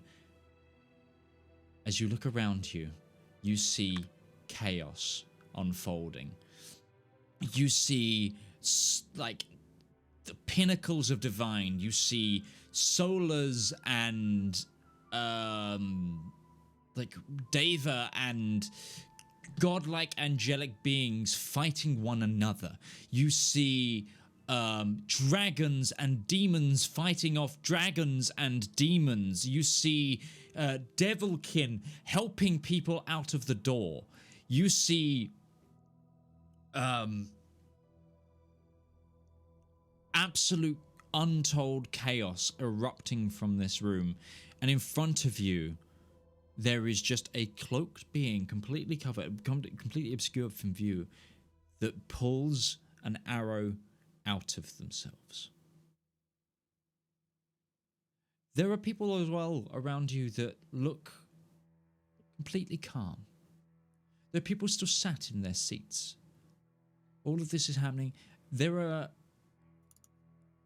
individuals that look divine, pure entities of unbridled celestial power, sitting calmly. There are others running for their lives. As that arrow leaves the robed figure, a wave lets out. And you just see people as the wave hits them. Dragons, entities of great power, and those of just more mortal form just cease to exist as they are hit by this wave.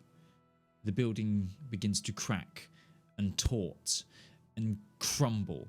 You see like full sections of the building that you've just walked through, the building that's been completely fine, crumble and break away and fly off and become to swirl. And you see around this building, as like all of the walls tumble down, you see a great storm of power and magic. You see fire, you see death, you see destruction, you see the end. A great light dissipates, and then there is nothing.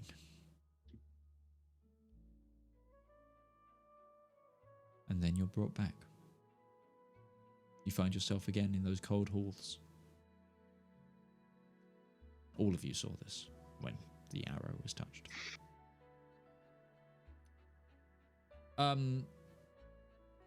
Ruby, this is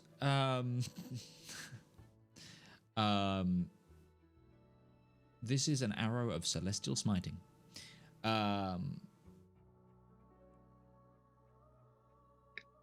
It gives you advantage and does bonus damage to attacking celestial creatures. That's what you get from the the identify spell. Sure. Which kind of feels less than everything that was just described. But yeah, that's what you get.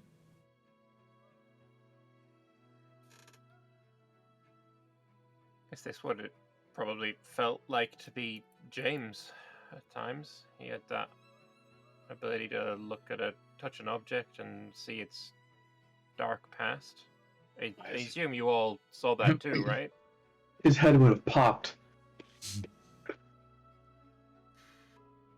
Wait, you mean to tell me he could relive things like this through other ordinary objects? Psychometry, yes. It's very grim. Wow. But only if the object had experienced some tragedy or such. Something significant to market. Yes. Yeah.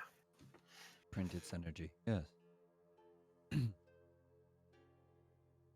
Interesting individual. The end.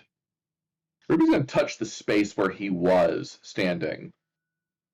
As if she could just reach out and grab him. Nothing there. The other thing you notice now that you've all returned, all of those astral beings that were watching you, completely gone. From the image that we got, we can see obviously we saw him take the arrow out. Can I look in the direction that arrow would have come from? And look in that direction and see maybe if I can see, I don't know, a bow that's been dropped on the floor from when everyone you're trying went to find who poof? shot it. Yeah. Okay, give me an investigation check. Oh boy, oh man, oh boy. If ever I could use a nat 20. It'll be now. I'm gonna use my last point of luck. Okay.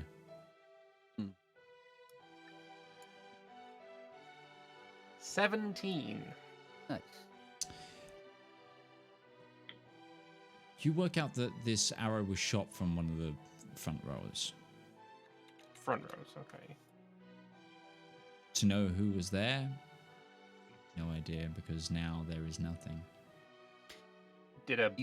You said a lot of items get dropped when, they all disappeared. Some, yeah. Is a bow among them? There doesn't seem to be... Well, there are bows around here, but it doesn't seem to be one in the front row. But from what you saw, greater deities were in these front sections. You're saying arrow, but is it fletched like an arrow? Is it fletched like a bolt or a crossbow? Or is that not going to matter? Probably with the length of how the actual tip is and the flight, comparatively, it could be a very, very large crossbow bolt. Because it would be a little bit weird. Large. Because it's like one of those things of the bolt length, the comparative to the shaft. Like, you could fire this from a bow, no problem. But the blade at the end is like long, so it could also be a bolt. Could be a flighted bolt.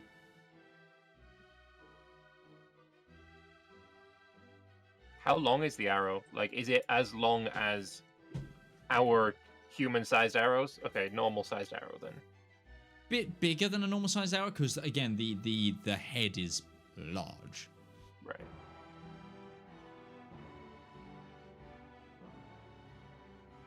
But it could have been fired from a bow that is wielded by somebody of, 5 to 6, I guess, to 7 foot tall. Yeah. It's not like an unwieldy large, damn near javelin. Okay. No. But it could also be fired from a hand crossbow made for a storm giant. Yeah. Like, yeah. That's what I was thinking. Perspective. Yeah.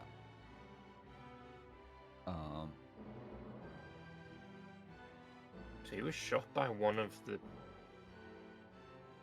prime deities. Good or ill. They were both here. Lights and shadows.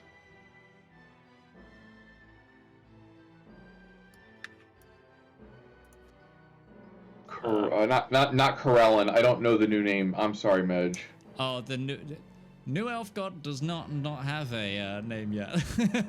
That's why you don't know it. I haven't published that one yet. Sorry. Corellin. I'm just assuming new elf deity here. Yeah. The father of the elf kind. Let's go. Sure. The father of the elf kind was here. Perhaps this is why the elves were so excluded. You know that the forefather of the elves actually went willingly, and that was where the whole thing of ILS and Yeah. Yeah.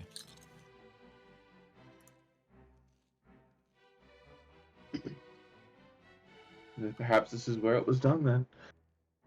But we have it, and she will stow it in her bag. Okay, yeah. So just as a reminder, there's blood on this, like, that's where it would, like, it's fresh. It would. Drip off. It's fresh. Yeah. Yeah. She'll put it in a file then. Okay. You see it? When we're cooking. Looks to be relatively normal blood, but it's been fresh for thousands of years. So take that as you will. How do we make one? A seal. We need to bring this to the Duke. He was looking into it, right? I thought it was Aureus.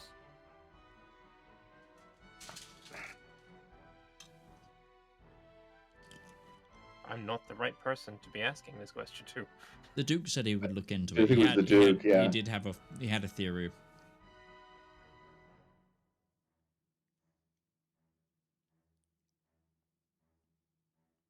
Do you think a teleportation circle would get us out of here? That's a really long walk. I think we might need to talk to Bertrand, because he said he can get us to the outside. Yes. He did. Yeah, and I feel like that might be the only way we can get out without time bullshit going on. Hopefully. Let's go back to Bert then.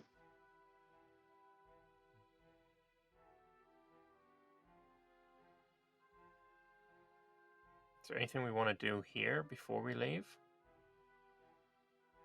I'm loath to, like, loot all their shit that got dropped, but I'm also like, there might be something. I mean, really worth it. Divine armor, weapons, yes. We're up against some of the most powerful entities on the planet. God forgiveness permission Didn't thing. save them. Can I throw a quick prayer to Aureus? No, to Cafrio. To Cafrio. I'm gonna switching out. No, because Aureus is like, he's chill, he's cool, he's awesome, he gives me my power. But she's like a god of judging things, so maybe if I ask her if it's like fine to take shit here. Valymr. Is this? You may alert the time cops. It didn't save them. No. When judgment came. So what makes you think that stealing it will save you when ours comes? It's not about that. Then leave their belongings here. We have other things to do.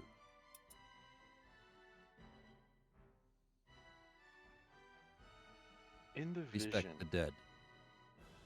Yes. in the vision that we saw, I didn't get a chance to speak up about it. I'm sorry. No problem. I also wanted to look in the vision to see if we can see who shot the arrow, but I guess I didn't get a chance to ask that. So I'll just settle on. Did we recognize? And this is Breton specifically asking. Was Bahamut there?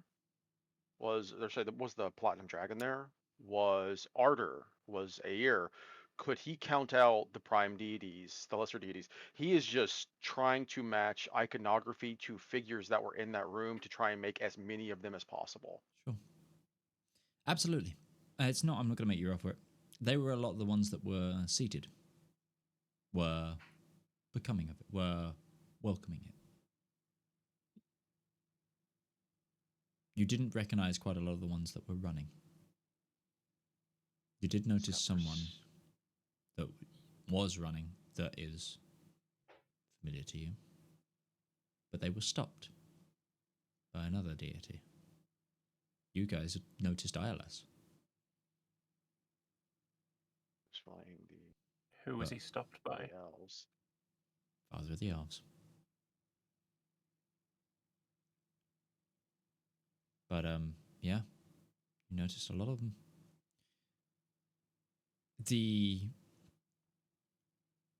From just what you were all saw as well, it seems like the person who would have shot the arrow would have been one of the first to go.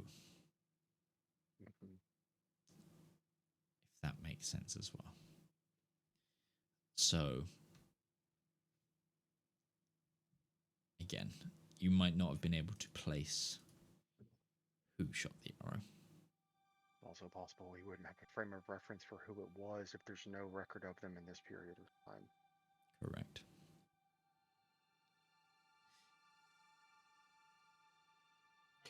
Was Caffriel one of the ones seated then? I was Caffriel was another one I was curious about, yeah. She was behind you Because they- if you looked around. Like, it would have been a brief thing, but Caffriel would have been part of the judgment. Was she wearing the blindfold? Yes. But she could see more than 100 feet. Yeah, so she was We're being massively. Devilkin were allowed to stay because they were not supposed to leave Elendor. They were native to the plane. The angels, everything else was being banished because they had to be banished. The ones that were not going to be allowed to stay were sent out, dealt with it. The ones that were allowed to stay, they accepted their fate. The ones that were not, they realized what was important. They accepted their fate and they went beyond. And that was the end, the summit. It's not that the weapons didn't save them, it's just that they didn't have a use for them anymore. Because why would they need to take weapons of the material with them where they were going to go?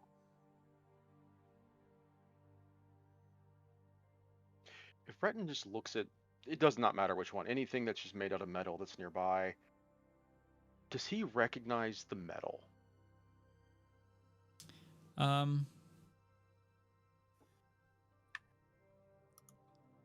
Roll me a d20.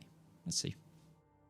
Can I add my proficiency? Because technically Absolutely, I am a yeah. smith. Yeah, oh, no, absolutely. Then we'll just call it a d20 plus 5. That's okay. 17. You definitely see like some of the blades being of material make. Design, you're not sure of, but there's definitely like, yeah, that's a nice steel sword. Others are like, oh, that's of a material I don't even recognize.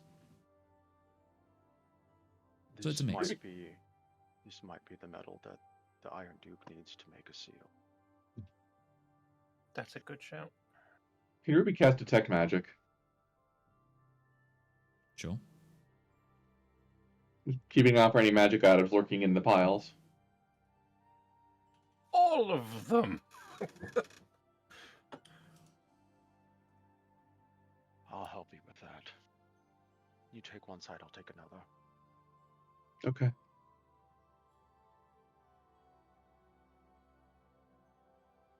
And Brighton will also throw up a detect magic and just kind of walk down the other side and lots of space to search. Okay. Yeah, you've got like a mile square of building. I would like to go to the judge's area where Caffriel was seated. Sure. But them first. She wasn't the only one seated up there. It was. I assumed there would There's be a few. Osmus as well and. Yep. The other judgy person. That was actually the two that were up there. There One was each just the side. two of them? One seated each side of the gateway, but there's 3 chairs up there. The other one would be for the king that never was. Quite possibly.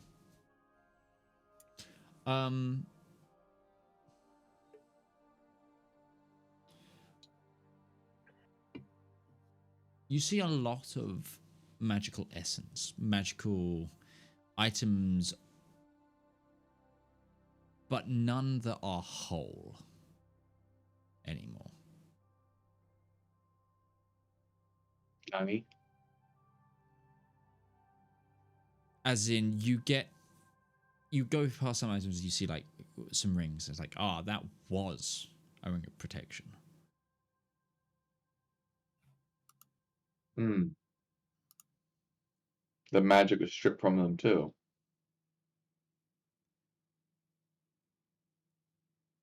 Or it's what's flowing all around you.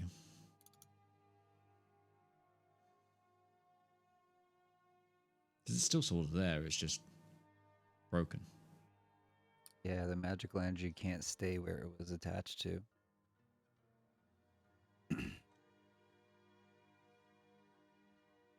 This is the ashes of the people, air quote, quote.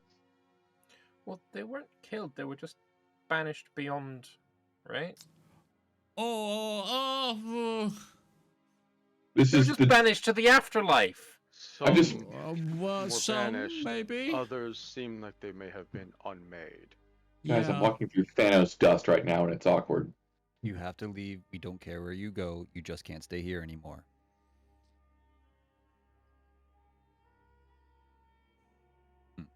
Banished is a perspective. It is a term used to describe a spell and an action. How that was undertaken differs from judgment to judgment. It is also, you would know this because I covered this, I think this is back in season 2. So this is, I will forgive you for not remembering this as well. Reggie, thanks.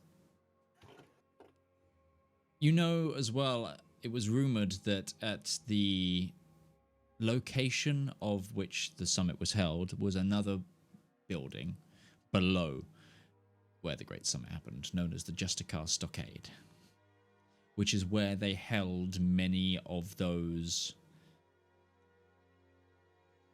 who couldn't quite be trusted to live equally Chloris and before judgment. Not Chloris, more like those that were actively, because it specifically mentioned that Chloris, they had to go and physically hunt her afterwards. People that were like at the final battle that, you know, maybe let's not have the god of ravenous hunger roaming around our cities. You know, he can await trial and judgment elsewhere. So that would be probably, you would think, maybe through the large iron gate behind you. Is there anything up at the judgy place? I have no idea what that's even called, even in real life. Does the judge's pew? Like, is there a name for that? Gates of St. Peter? I got nothing for you here now. I would The assume term is so. just the bench. The bench. I will go up to the bench. You may approach the bench. I may approach the bench. Yay! Yeah, and behind it and look around, see if there's anything that I can see there. Sure. There is indeed something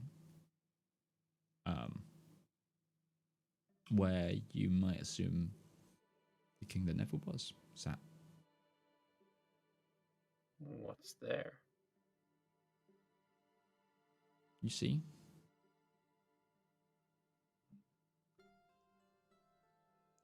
A small, sort of long, thin band, cylindrical. It's a weird sort of metal, covered in runes. It's perfectly cylindrical, but got a twist in the metal. It looks like one end is like engraved with like a line, so it's like it could also be a cap of this blue, purple, shining white, pearlescent sort of metal. You've never seen anything like it.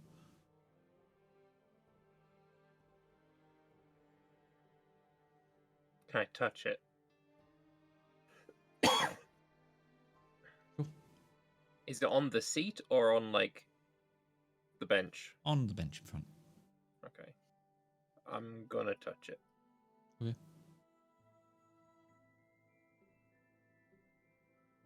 You touch it. It's cold. It's metal. I'm gonna pick it up then. Okay. It's very heavy. But after a minute or so in your hand, feels like you're holding nothing.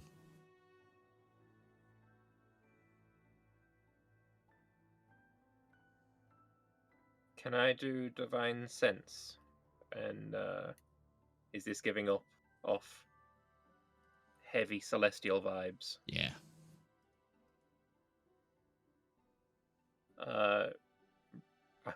I'm gonna raise my voice and shout to the direction where Ruby went down, because she's probably like a long way away by now. Yeah, it's probably like 200 feet maybe.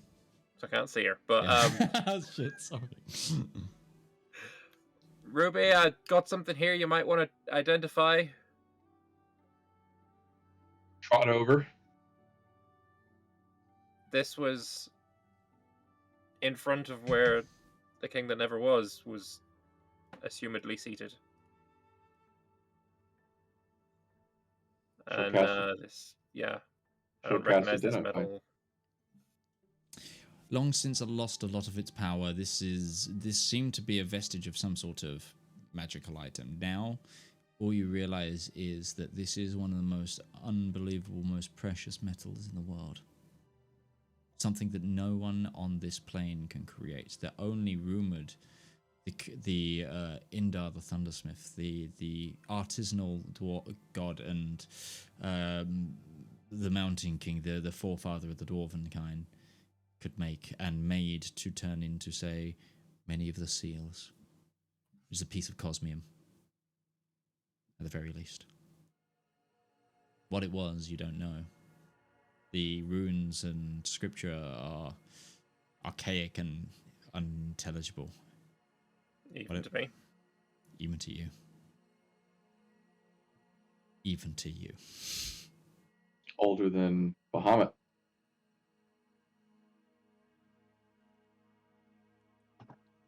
Or Some made so those, even with devil sight, could not read it. specifically because it was Devil Sight. Well, right now it's dragon sight. We reflavored it. Warriors is just like, bro.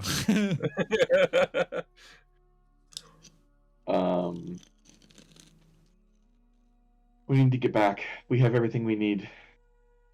Is there anything else on the bench, or is this the only thing? Anything.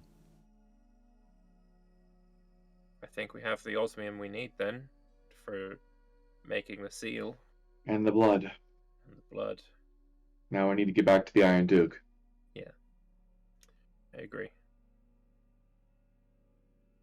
Okay. So.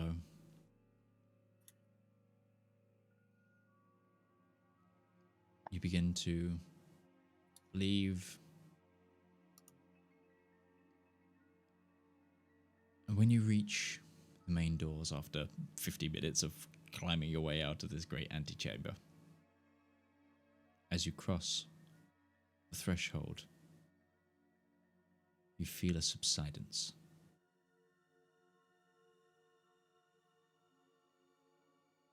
Hmm? You feel As in, the floor, the mountain, the city begin to crumble. oh Lord, we running. And that, though slightly early, is where we're going to leave this week. So, as the city begins to crumble, all I've got left to say is to thank you to those who have been playing. So, thank you to Bethany Rose, to DM Lake, to Lord Lambert, to Kinda Otter. I've been Midgeman. This has been the Component Cast with the Elendor Chronicles, and we will see you next time. Bye-bye, friends. Bye bye. If we level up.